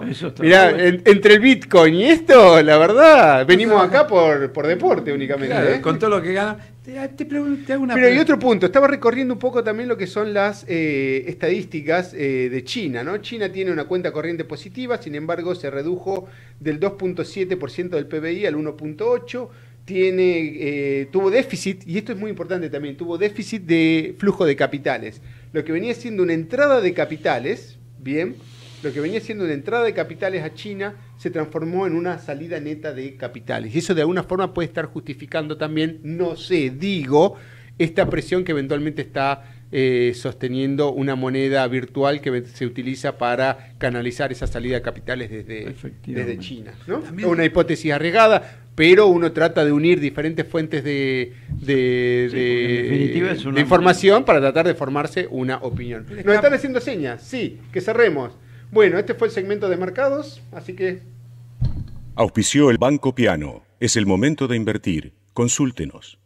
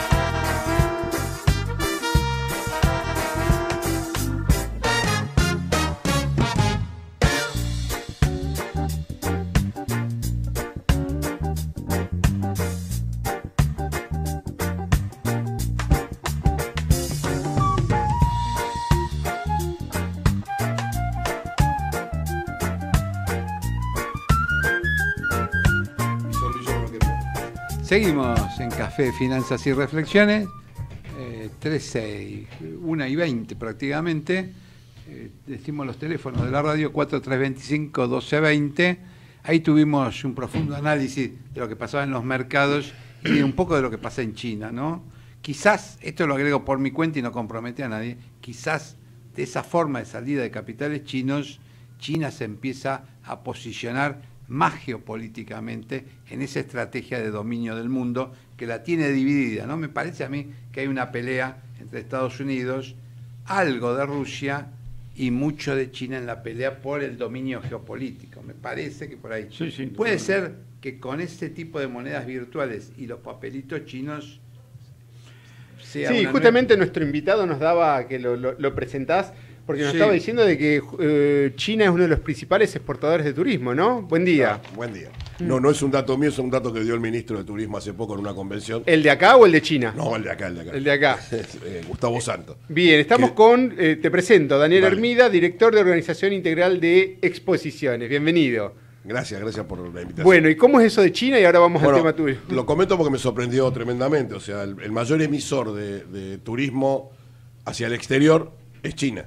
O sea, no es ni Europa ni Estados Unidos. Si me hubiesen preguntado a mí, me hubiera jugado por cualquier otro país. O sea que hoy es un punto para tener atención en cuenta, porque es el mayor emisor de turismo exterior. Y nos dabas un dato de volumen, ¿lo podés repetir? 126 millones, me decís. No, 120 millones de personas todos los años. Acá. Bueno, 120 millones que de personas todos los años. A visitar... Varios países, todos los años, de varios países, el equivalente, chinos, dando vuelta por el mundo. O sea, casi, es un poder... casi 3 veces la población argentina. Bueno, si usted viaja y quiere ver la Mona Lisa, va a haber millones de chinos antes de la Mona Lisa, porque hay más chinos que... Sí, eso lo ve cuando viaja, allá bueno, lo están invadiendo por todos lados. Exacto. Es la irrupción, como decíamos con Da Pena en otros momentos, es la irrupción de un país que vivía puertas adentro. Y no consumía. El convertirse en un mercado de este tamaño va a impactar, ¿no? La lucha geopolítica con Estados Unidos tiene que ser muy significativa, lo mismo que con otros centros de poder, como puede ser Alemania, o sea, lo que yo veo, y es una opinión muy personal, es que hay una diferencia muy grande económica, social, interna, que sí no deja de ser un conflicto si no lo arregla. En China mismo. Claro, en China mismo. Sino 300 millones de personas en la clase media y alta y 1.000 en clase baja, entonces... Es un conflicto que si no lo solucionan a corto plazo va a explotar, ¿o no? No, indudablemente. No le va a permitir ser una potencia mundial. O sea que mundial. ¿Puedo organizar una exposición exclusivamente para chinos? Las exposiciones más grandes del mundo están en China en este momento. Están en China. No las más importantes, pero las más grandes, las más multitudinarias, porque todo se compra y se vende en China. Dejaron de estar en Alemania, en Europa, para pasar a China. Ajá, Hamburgo tenía una exposición famosa. Hamburgo, Frankfurt, Berlín, normalmente París mismo y Inglaterra tienen las exposiciones más grandes del mundo de cada rubro. Ajá. Pero hoy se han pasado, y son a veces de las mismas empresas organizadoras, a China, porque el mercado está en China. Ajá. El mercado que se fabrica o se vende. Contanos un poco cómo se organiza una exposición y cómo voy y consigo un stand. Quiero quisiera exponer el tema Bitcoin. Por decirte algo. Bueno, eso para mí es un drama, no lo entiendo. Y lo que acaba de decir el señor, que aumentó un 30% en un día, me suena raro, ¿viste? Como que alguien me quiere regalar algo un día, en algún momento me lo va a sacar. Si querés saber más y hacerte así, alegrarte un poco, el día que salió el Bitcoin, cuando salió el Bitcoin, nosotros tuvimos oportunidad de entrevistar al que era representante y costaba 0,80 centavos de dólar hace 4 años. Bueno, haber invertido en eso y no estaríamos hablando acá, estaría tranquilo en las Bahamas. Mira, en realidad las exposiciones en el país, creo que la exposición ganadera tiene 130 años. Ajá. O sea que tenemos una experiencia en el país y una historia muy grande. Pero no se estudiaba acá, o sea, yo soy arquitecto. Y como muchas profesiones, los arquitectos hemos tomado la publicidad, el diseño, hasta que esas profesiones se desarrollaron. Yo aprendí a hacer exposiciones caminando los pasillos. En los años 90 vinieron muchas empresas extranjeras y ahí creo que profesionalizamos un poco porque hubo hasta 8 o 9 de las empresas más grandes. En el 2012 fueron todas corriendo y ahora hay 1 o 2 solas nada más. Pero estamos a primer nivel mundial. Nosotros copiamos mucho a lo que es Europa, no Estados Unidos en las exposiciones. O lo que puede ser China, que son exposiciones con un desarrollo arquitectónico y de presencia de la empresa importante y no solo una cuestión comercial. O sea, pero de hecho, por ejemplo, la exposición del 95 en la Argentina, que era una exposición de multiuso, digamos, había un stand que se dedicaba a programas de educación virtual. Entonces Claro. fue un adelanto, digamos, porque pensá que hace 22 años atrás era toda una aventura los programas de educación virtual. Bueno, hay una pequeña competencia entre lo que es lo virtual y las exposiciones. Bueno, cuando todo esto surgió en Internet, los organizadores pensamos, bueno, se mueren las exposiciones. En realidad no mueren las exposiciones. En algunos casos sí están afectadas, en otros no, porque el ver, tocar, degustar y el cara a cara no lo reemplaza el Internet ni la cuestión virtual. Eso que vos señalás con tu experiencia y tu capacidad profesional lo manifestó con la exposición concretamente del libro, el organizador de la exposición, que es la Fundación del Libro, y dice que aunque prosperó enormemente y, digamos, explotó la posibilidad de la lectura por el camino virtual, la gente todavía sigue apegada al libro soporte papel, y que esto está generando el éxito que tienen las exposiciones de libros, como decís vos, porque es irreemplazable el contacto. Además, y por ejemplo, hay un dato importante. Por ejemplo, los chicos que tienen entre 20 y 25 años, entre 18 y 25 años, prefieren el libro, digamos, de papel antes que el libro virtual. El otro día salió un comentario de un especialista en temas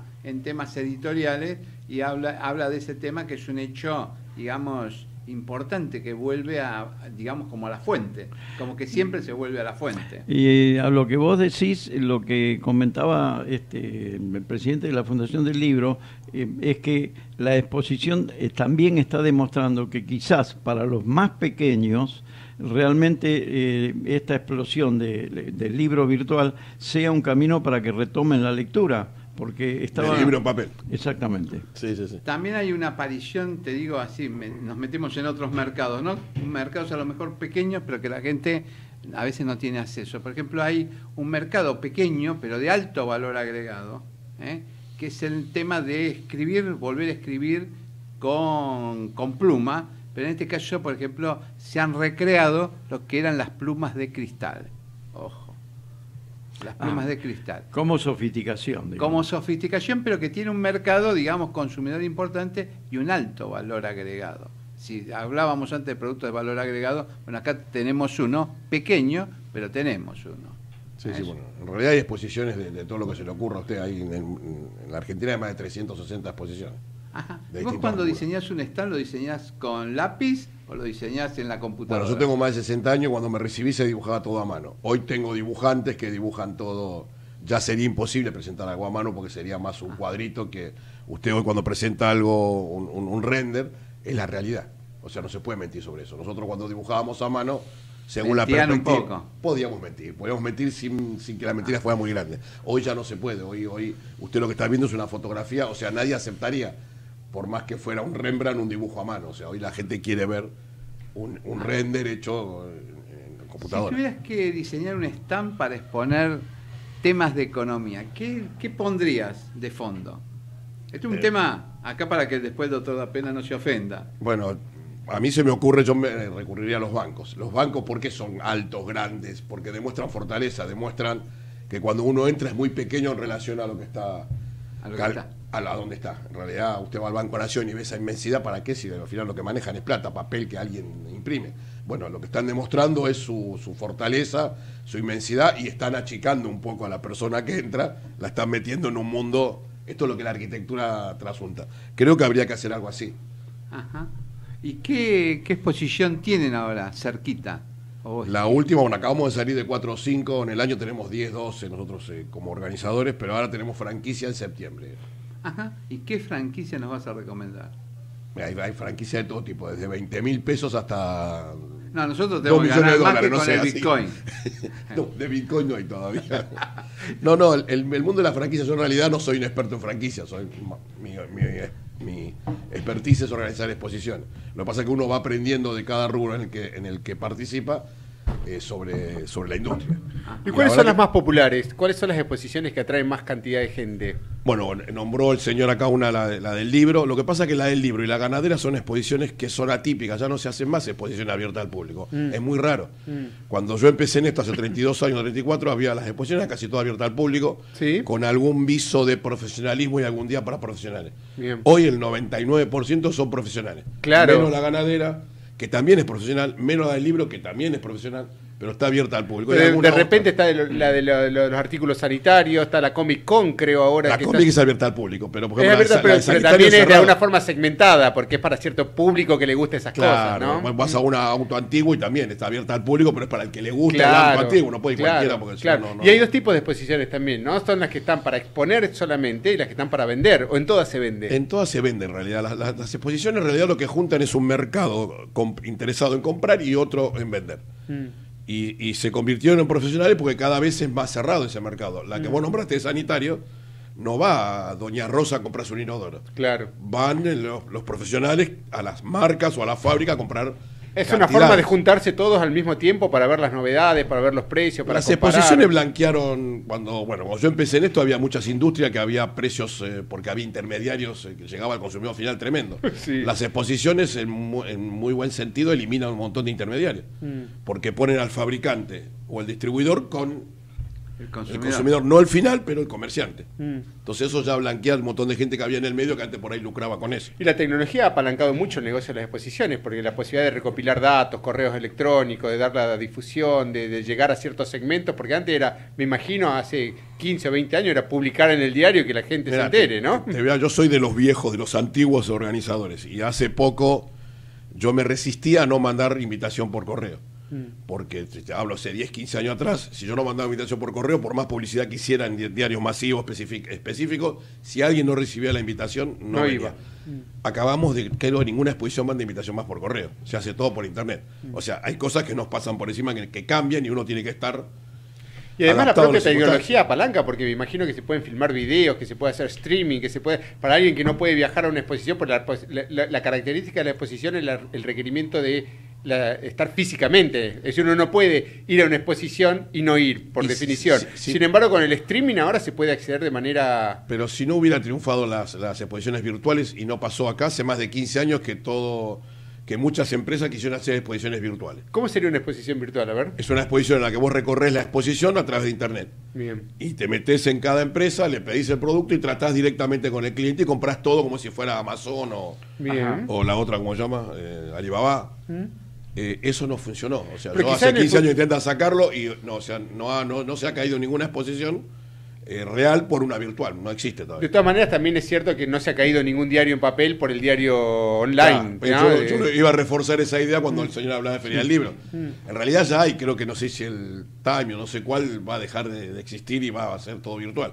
Pero la realidad es que en ninguna parte del mundo se dejó de leer el diario. No, la prueba está cuando, digamos, yéndote a lo cotidiano, cuando vos tomás, por ejemplo, el subte, que el diario lo regalan en la terminal, si vos te pones a observar, el 80% de las personas están leyendo el diario que le dan, en este caso lo digo porque total es gratis, es la Razón. A la mañana regalan La Razón, tiene artículos buenos y generalmente vos ves que el 80% del público está leyendo ese diario. Sí. Gratis no es, alguien lo paga.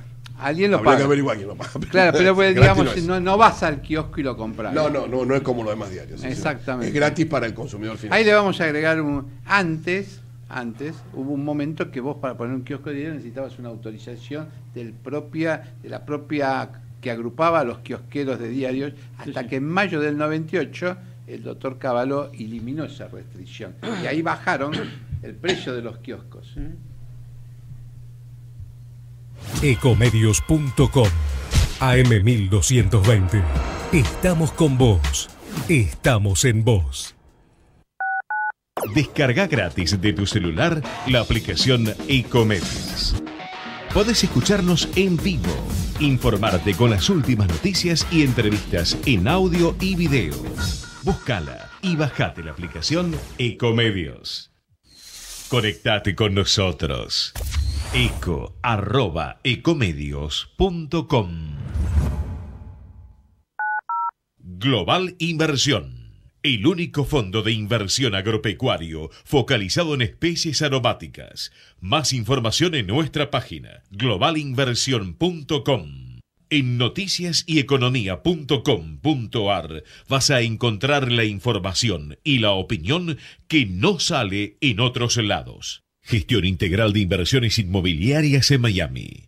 Eduardo Pérez Oribe, presente en el mercado de Miami por más de 25 años, le brinda servicios de asesoramiento, búsqueda y análisis de opciones, gestión integral de la compra y administración posterior de su propiedad para que su decisión de invertir en bienes raíces en USA se concrete con óptimos resultados. Le ofrecemos un servicio diferenciado que incluye la compra y la gestión de todos los aspectos pre y post compra. Intertrust Realty. Teléfono 52 56 7136. Comunicate con nosotros 4325-1220. 4325-1220. Hello?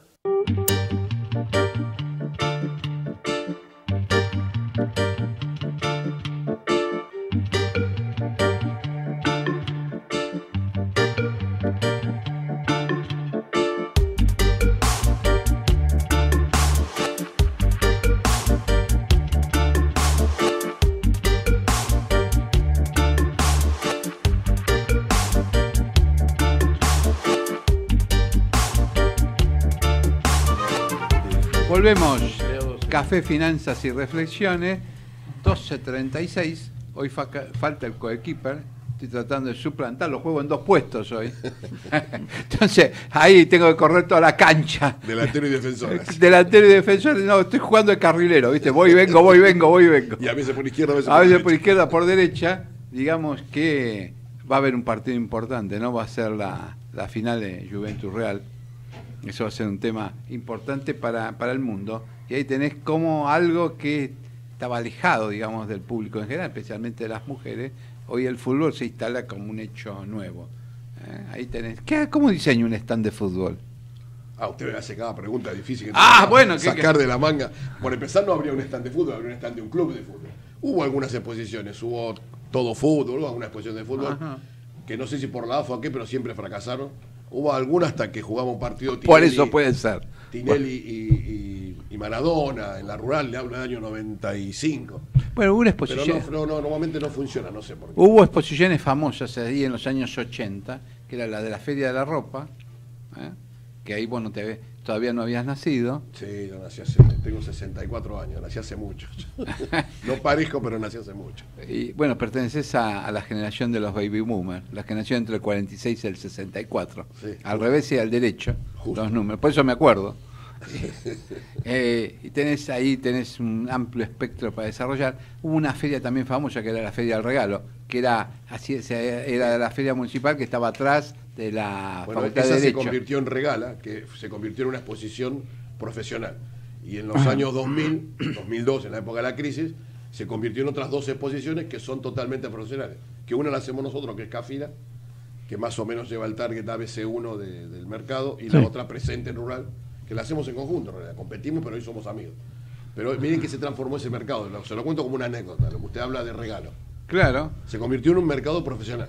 Bueno, y le vamos a dar un puntito, ¿no? A la gente. Por ejemplo, en ese momento, una feria, en la Feria del Regalo, para volver ahí, una que empezaron a traer productos chinos a fines o a principios de los 90, digamos, el stand, ojo, duraba desde las 6 de la tarde del día de semana hasta las 10 de la noche, o sea que poquitas horas, hacía un promedio de 140 ventas por stand, para que se den una cuenta de la dimensión que era la economía argentina. Un taxi hacía 35 bajadas de bandera, para colocarlos en situación, y hoy hace apenas 18 bajadas de bandera.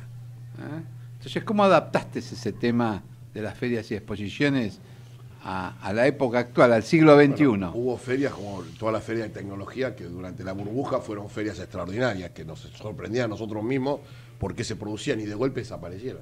Todas las .com, cuando explotó todo el sistema de .com. En realidad una feria es el reflejo de cualquier industria, de la industria que nos dirijamos. Si esa industria es, usted ve la mala del automóvil, Y es espectacular, es una muy buena feria porque la industria del automóvil en Argentina está pasando un buen momento. El día que no fabricamos automóviles o que haya una crisis, la exposición va a ser un reflejo de esa industria. Sí, y también te enteras de las novedades, ¿no? Entre ellas el auto eléctrico. Nuevamente uno usa, me ha pasado de todo, normalmente se usan las exposiciones para mostrar novedades, pero yo fundamentalmente a mis expositores en cualquier gremio, que la mayor parte de los expositores son pymes, les digo que abran los ojos, que una exposición es una oportunidad para saber lo que el mercado necesita y no lo que uno le quiere vender o al precio que se lo quiere vender. Que abran los oídos y que aprendan, porque nosotros lo que le ponemos es el mercado comprador de esa industria. Entonces que aprovechen esa oportunidad única para saber qué es lo que tienen que vender y a qué precio. Ajá. Oye, y de iguales productos, por ejemplo. De cualquier cosa que hablamos de franquicia, es lo mismo. Cualquier producto que hablemos, lo que yo les pido a mis expositores es que abran el oído, más que tratar de vender y de atosigar a la persona que tiene enfrente con un verso de venta. Escuchen lo que les está diciendo, escuchen lo que necesitan y qué precios pueden pagar, porque eso lo va a adaptar su producto al mercado que tiene enfrente. Claro, si no, y a veces no lo entienden, a veces están desesperados por vender, pero hacemos cursos nosotros sobre eso, a través de tantos años aprendimos.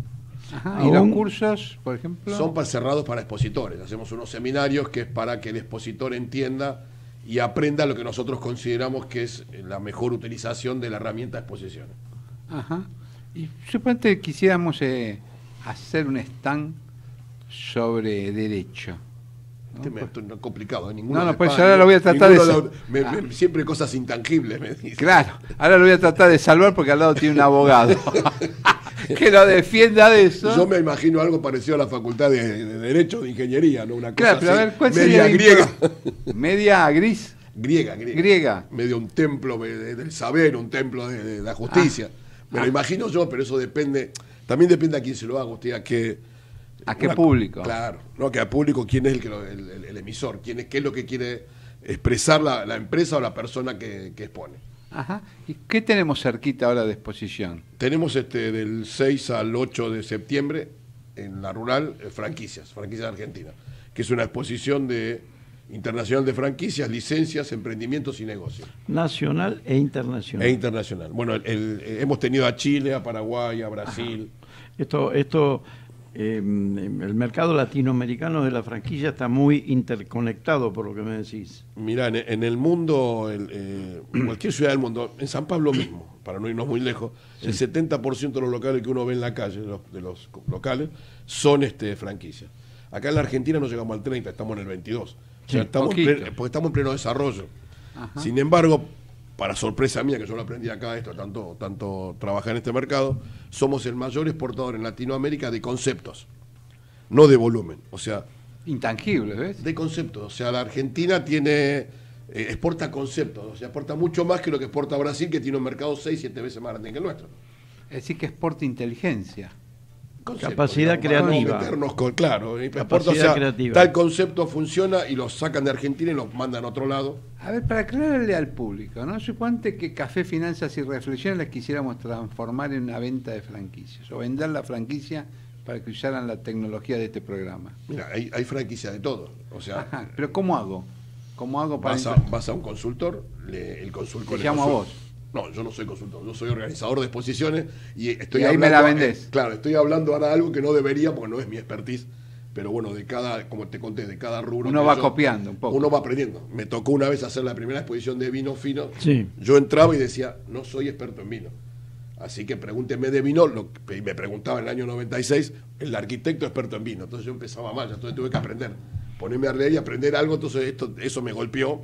Y ahora de cada rubro en el que estoy trato de saber algo. Nunca soy un experto, porque no me dedico a eso, no me dedico a franquicia, no me dedico a fabricar vino. El doctor Malano, de estar en el estudio, aprendió a hacer ajustes por inflación, por ejemplo.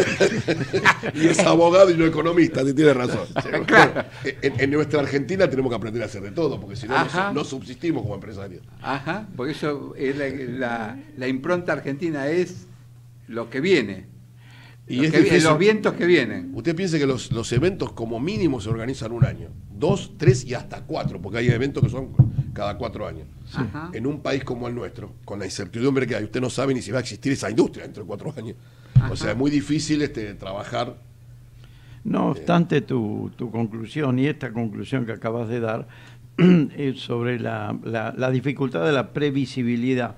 En esta crisis, digamos, por citar la que estamos transitando, estamos, aunque el gobierno dice que salimos de la crisis, digamos, en esta situación que aún contiene elementos de crisis, la exposición como actividad sigue potente, funcionando. Sí, acá y en todo el mundo, te digo, hay no sé, hay exposiciones que por ahí decayeron por una cuestión de mercado. Por ejemplo, la exposición de deporte, que nosotros hacíamos una acá a nivel mundial, sí. Hay 4 empresas, que no te las nombro pero las conoces, sí. Que son dueñas del 70-80% del mercado mundial. Sí. Entonces no quieren una exposición en todo el mundo. Entonces esas exposiciones se van achicando y se terminan para segundas líneas. Acá había una exposición de golosina, sí. Muy importante, muy linda. Arcor y no me acuerdo, Stan y otra empresa compraron el resto de las empresas, no quieren más exposiciones. Hoy son dueñas del mercado 2 empresas grandes, una multinacional y otra Arcor. Claro, se transformó en lo que en economía se llama el oligopolio. Claro, usted conoce, no me acuerdo cuál es la otra, pero Arcor es una empresa que bueno, hace 40 años. Y absorbió marcas famosas como Campañola, Noel. Y compró marcas que las compró para hacerlas desaparecer. Claro, no las usan. Pasó también con la fábrica de galletitas. Compró, ¿no? Mantecol, por ejemplo, que no compró Georgalo. Compró solo Mantecol. Claro. La marca Mantecol y la vende como Mantecol. Claro. Sin embargo, Georgalo sigue existiendo. O sea, tiene una política, bueno, eso sí, por ahí, ese tipo de monopolio, oligopolio, sí afecta una. La exposición es un reflejo de la industria. Si la industria es pujante, hay competencia. Y la creación de nuevos productos que se expongan. Claro, siempre hay posibilidades. Por ejemplo, nosotros hemos crecido mucho después de la crisis, que yo iba, en la crisis del 2001, iba a escuchar a Levi, a muchos que me decían la crisis oportunidad, yo lloraba, decía, ¿qué oportunidad si nos estamos muriendo de hambre? Y en realidad sí, yo aprendí ahí, después de esta caída que se fueron todas las empresas extranjeras, quedaron un montón de exposiciones sin exposición, y entonces empezamos a surgir con un montón de exposiciones que ya existían con nuevos criterios. Ajá. Con nuevos criterios, recreándolas en un nuevo mercado, ¿no? En un mercado distinto al que teníamos en los años 90, que era un mercado de extranjerización, de cosas, y era un mercado más nacional. Y ahora estamos otra vez, calculo que en un cambio que va a ser progresivo. O sea, yo no creo, esto personal, en la economía cerrada. Sí. Porque creo que fue lo que arruinó este país. O sea, habernos encerrado. Hoy pagamos los zapatos y la ropa lo que la pagamos porque estuvimos cerrados. Bueno, no tiene sentido, ¿no? Sí, es todo un tema, y todo un debate de política nacional, sí, y de diseño de país que queremos. Claro, pero no hay ningún país en el mundo que fabrique todo. Lo tuyo, en orden a lo que es exposición, no interactúa con el mundo de la organización de conferencias internacionales. A ver, eso es muy importante porque sé que hay un mercado fuerte, potente de hace 20 años en la Argentina de eventos internacionales científicos. Te voy a dar datos porque nosotros hacemos la exposición de Expo Eventos, que somos los coorganizadores con nuestra asociación que es AOCA. Ellos son los organizadores, nosotros los realizadores. Sí. Y es un evento que hacemos hace 14 ediciones. Nuestra asociación es la que hace exposiciones, congresos y corporativos en el país.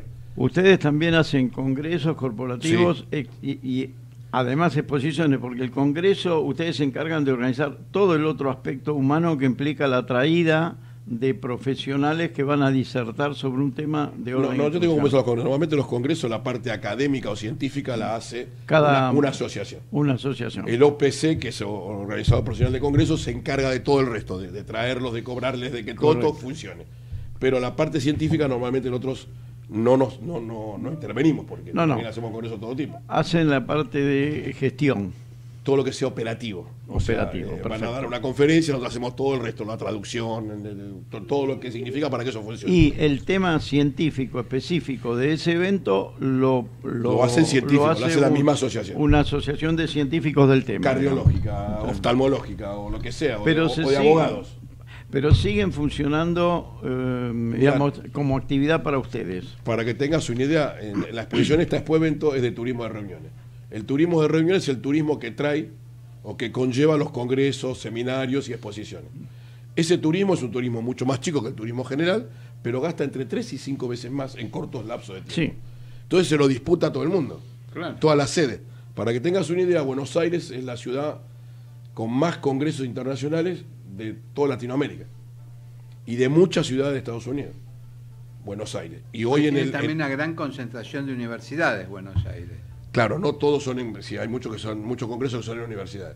Claro. Y aparte a nivel científico es muy bueno, y aparte, O tenés el auxilio rápido de las universidades.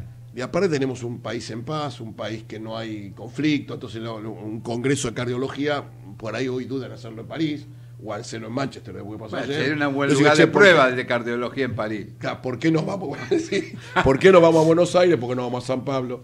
Sí. Hoy están trabajando Latinoamérica para presentar al continente sudamericano como una opción de turismo de reuniones. El turismo de reuniones, diversidad de paisajes y paz. O sea, porque ¿qué pasa? El que viene a ver un congreso cardiológico, después quiere ir a conocer las cataratas, ir a ver Mato Grosso, y hace cortos viajes. Sí, y conocer los principales lugares donde... Ya que está acá, quiere aprovechar y hace un turismo de reuniones. Y hace un turismo, exacto, ojo, aún recorriendo la zona de Palermo, donde están de moda todos los restaurantes, hay un turismo ahí que se mueve rápidamente. El ingreso de ese turismo es como mínimo 3 veces más que el turista normal. Como mínimo. Eso tiene también tiene un negocio, digamos, rápido, que es el alquiler de autos. Si vos recorres, por ejemplo, la calle Suipacha, entre Santa Fe y Córdoba, vas a ver que hay gran cantidad de agencias que alquilan autos. Y también sobre Marcelo T y Paraguay. ¿Por qué? Y porque ahí va generalmente el grueso del turismo, que es rápido y que quiere ir a recorrer, por ejemplo, Buenos Aires en 2 días, que te digo, por ahí te lleva más conocer... Por ejemplo, los bares de Buenos Aires, los bares notables de Buenos Aires, hay toda una recorrida por los bares notables de Buenos Aires. Sí, sí. Para la noche en los museos hay muchas cosas que Buenos Aires. Hay cosas de los museos, hay una serie de cosas que son muy de rápida vista, digamos. Bueno, ahora nos van a dejar ver una vez por mes el obelisco, que también parece bárbaro. Está bien, solamente 81 suben por el tema de que... Son no sé cuántos... 81 años, porque tiene 81 años. Pero son 100 y 100 escalones, no es un chiste. Hay que subir una escalera Caracol que está bastante deteriorada también. Por lo que cuentan, pero... La podemos subir en escala, con una escala de soga. Como las montañas, como el Everest. Como el Everest. Ahí...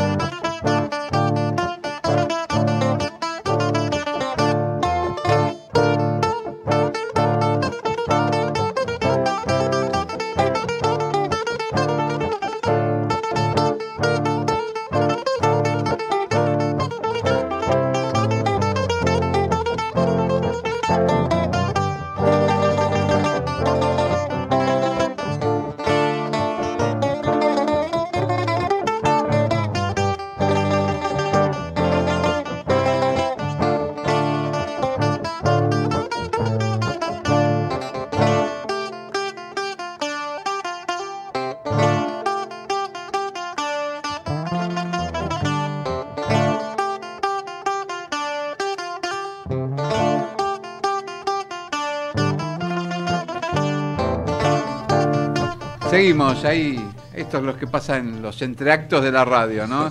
Que uno se pone a hablar y es un poco lo que pasa en la cocina. Y en vivo, ¿no? Y en vivo. Y ojo que tenemos cámara, así que menos mal que estamos lindos hoy. La verdad que somos demasiado lindos. Y bueno. Por otro lado, hubo ayer un furor, ¿no? Voy a agregar algo, furor por la bolsa, la acción se disparó un 50% en minutos. Esto es el caso de lo que decía el doctor Dapenante. Por otro lado, la economía se recuperó en marzo y cerró el primer trimestre con un alza del 0,6, un poco mentirosa por la inflación que tiene Argentina. Esto va por cuenta mía. Gran Bretaña decretó el alerta máximo. Por otro lado, la saga Star Wars cumple 40 años con una caja total de 25.000 millones de dólares. Esto hay que pensarlo a 2 puntas. El Bitcoin será la tercera moneda, como pasó en el año 2001 en la Argentina, donde aparecieron los patacones. Hay que fijar. Aparecieron un montón de monedas, no solo los patacones. Sí, por eso. Cada provincia tenía su moneda. Por el otro lado, era un poco lo que decía también el doctor Dapenante, un grupo farmacéutico local construirá en China un centro genético bovino. Era lo que estábamos hablando. Lo que estábamos hablando exactamente con la cadena alimentaria, la red alimentaria. Exactamente, fue un poco lo que estaba pasando.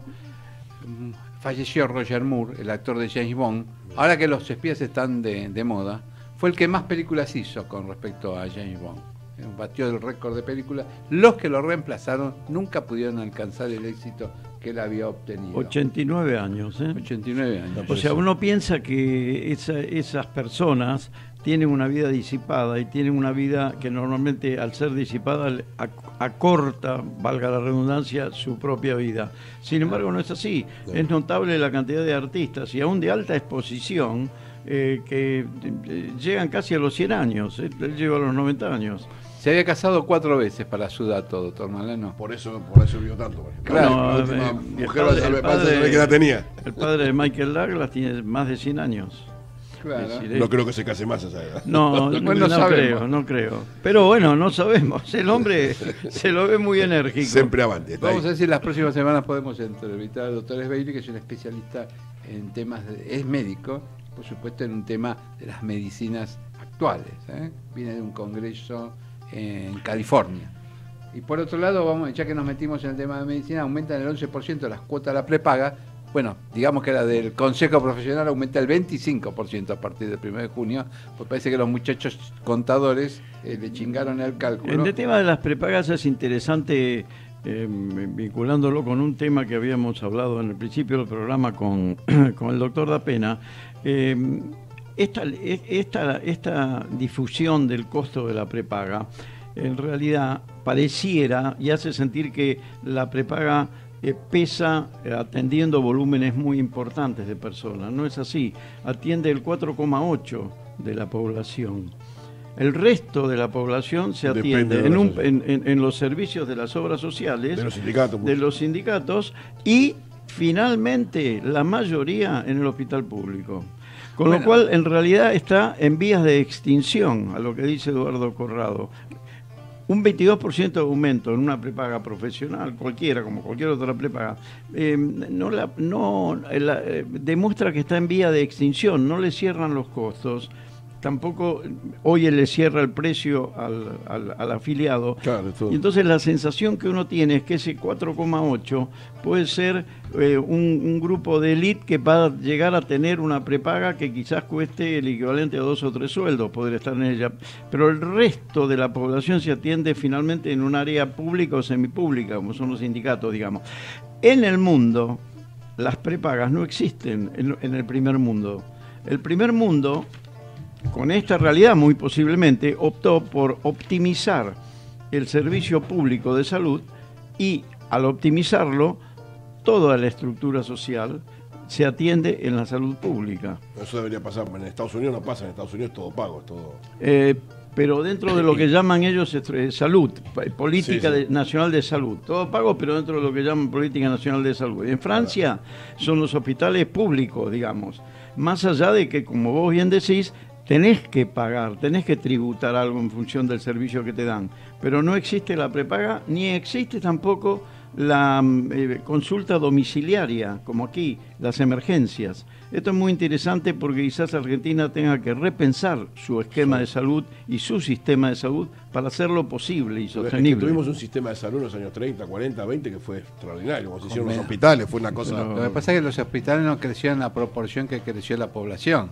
Son los mismos hospitales con la misma tecnología, no la misma tecnología, pero las mismas cuestiones de edilicia. O sea, exactamente, y muchos hospitales, por ejemplo, es casi inconcebible en el siglo XXI que los hospitales tengan 15 pisos y que un enfermo se quede en el ascensor, sino que el hospital debería tender a ser plano. Porque como es el hospital del Garrahan. Claro, plano, totalmente plano. Se extiende lo largo. Es el diseño de hospital, es el diseño de edificio público de Holanda, que en el mundo se extendió, todo en horizontal. Claro.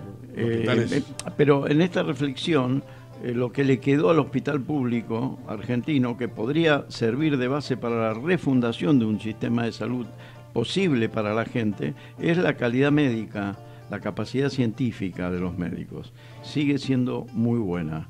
Y la tecnología, como vos decís, la incorporaron en porcentajes no tan despreciables. Más allá que la prensa siempre marca el hospital que está arruinado, y no que está bien. Hay una estructura muy importante de hospitales que funcionan, y funcionan con buena tecnología. Hablamos del Garrahan. El Garrahan, si algún chico tiene algún problema grave en cualquier parte del país, en el único lugar que se puede atender es en el Garrahan. No hay ningún otro hospital pago que pueda atender. Con lo cual, lo que decimos, quizás sea posible y quizás estemos llegando al momento, como comentó hacer un Corrado, cambio. de hacer un cambio. Y tenemos base y tenemos posibilidades, básicamente. Y el Garrahan se autosustenta mucho, o sea, tiene muchas... Sí, tiene mucha cooperadora. Mucha cooperadora. Con nuestra empresa juntamos en todas las exposiciones Tapita para ayudar al Garrahan. O sea, Sí, en todos todos lados. tratamos de dar una mano. Exactamente. Por otro lado, ya que nos metimos en el tema salud, le mandamos que se mejore rápido a Germán Rey, que es el jefe de piano bursátil, que hoy iba a dialogar con el doctor Dapena, pero bueno, tuvo un problema, un derrame en un ojito y está internado. O internado no, se está haciendo ver y bueno, le deseamos que se mejore rápidamente. Por otro lado, estuvimos hablando con Débora Dorenstein, directora de Realimentaria, nos dio un claro panorama de cómo funciona el tema, y cuando tocamos el tema de las carnes fue un tema, digamos, álgido. En el fondo vos notás, le escucha, digamos, experto, se da cuenta que es un tema álgido cuando entran tipos de carnes distintos a los mercados. Por ejemplo, la equina. Es un tema que hace un centro. Estamos con Daniel Armida, que es el director de Organización Integral de Exposiciones. Nos dice que la próxima exposición es... Franquicia. Franquicias. Septiembre del 6 al 8 de septiembre. Por otro lado, el doctor Dapena, que tuvo que ir a dar clase rápidamente, analizó los mercados tanto locales como internacionales, tocó también el famoso tema del precio del Bitcoin, que pasó los $2.300 por cada unidad, y explicó por qué. Porque a su vez pareciera que China está sacando capitales o exportando capitales. Yo por mi cuenta le agregué el tema de la geopolítica, que esto fue un tema que se lo agregué así a lo último, como para ver cómo China se posiciona en el mundo. Por otro lado, nunca hay que tratar de subir la cuesta, sino tratar de jugar en la planicie, que fue lo que le pasó acá en la batalla de Pichincha, ¿no? Cuando el general español Aymerich trata de subir la cuesta y Antonio José de Sucre, el mariscal de Antonio de Sucre, lo derrota. Un error garrafal tratar de subir en un combate. Es preferible llevarlo al llano. Y llevarlo al llano significa usar también los negocios alternativos que nosotros conocemos, especializarse, estudiar, ver lo que nos habló acá Hermida con respecto al tema de las exposiciones, lo que dijo el doctor Dapena con respecto a la economía, lo que habló Maldano con respecto al tema de los ingresos brutos, donde un fallo que hace honor al Tribunal Superior de la Ciudad de Buenos Aires, dice, bueno, no, todo el mundo tiene derecho a la doble defensa, de la misma forma que nuestros oyentes tienen el derecho a informarse, ver y escuchar. Simplemente con eso nos vamos, y por supuesto nos sigue Al Rojo Vivo.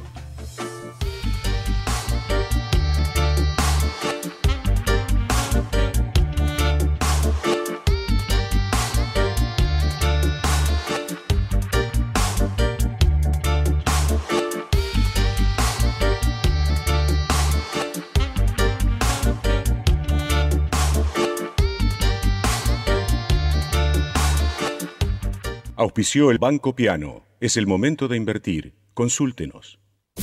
Desde Buenos Aires, transmite LRI 224, AM 1220, Ecomedios.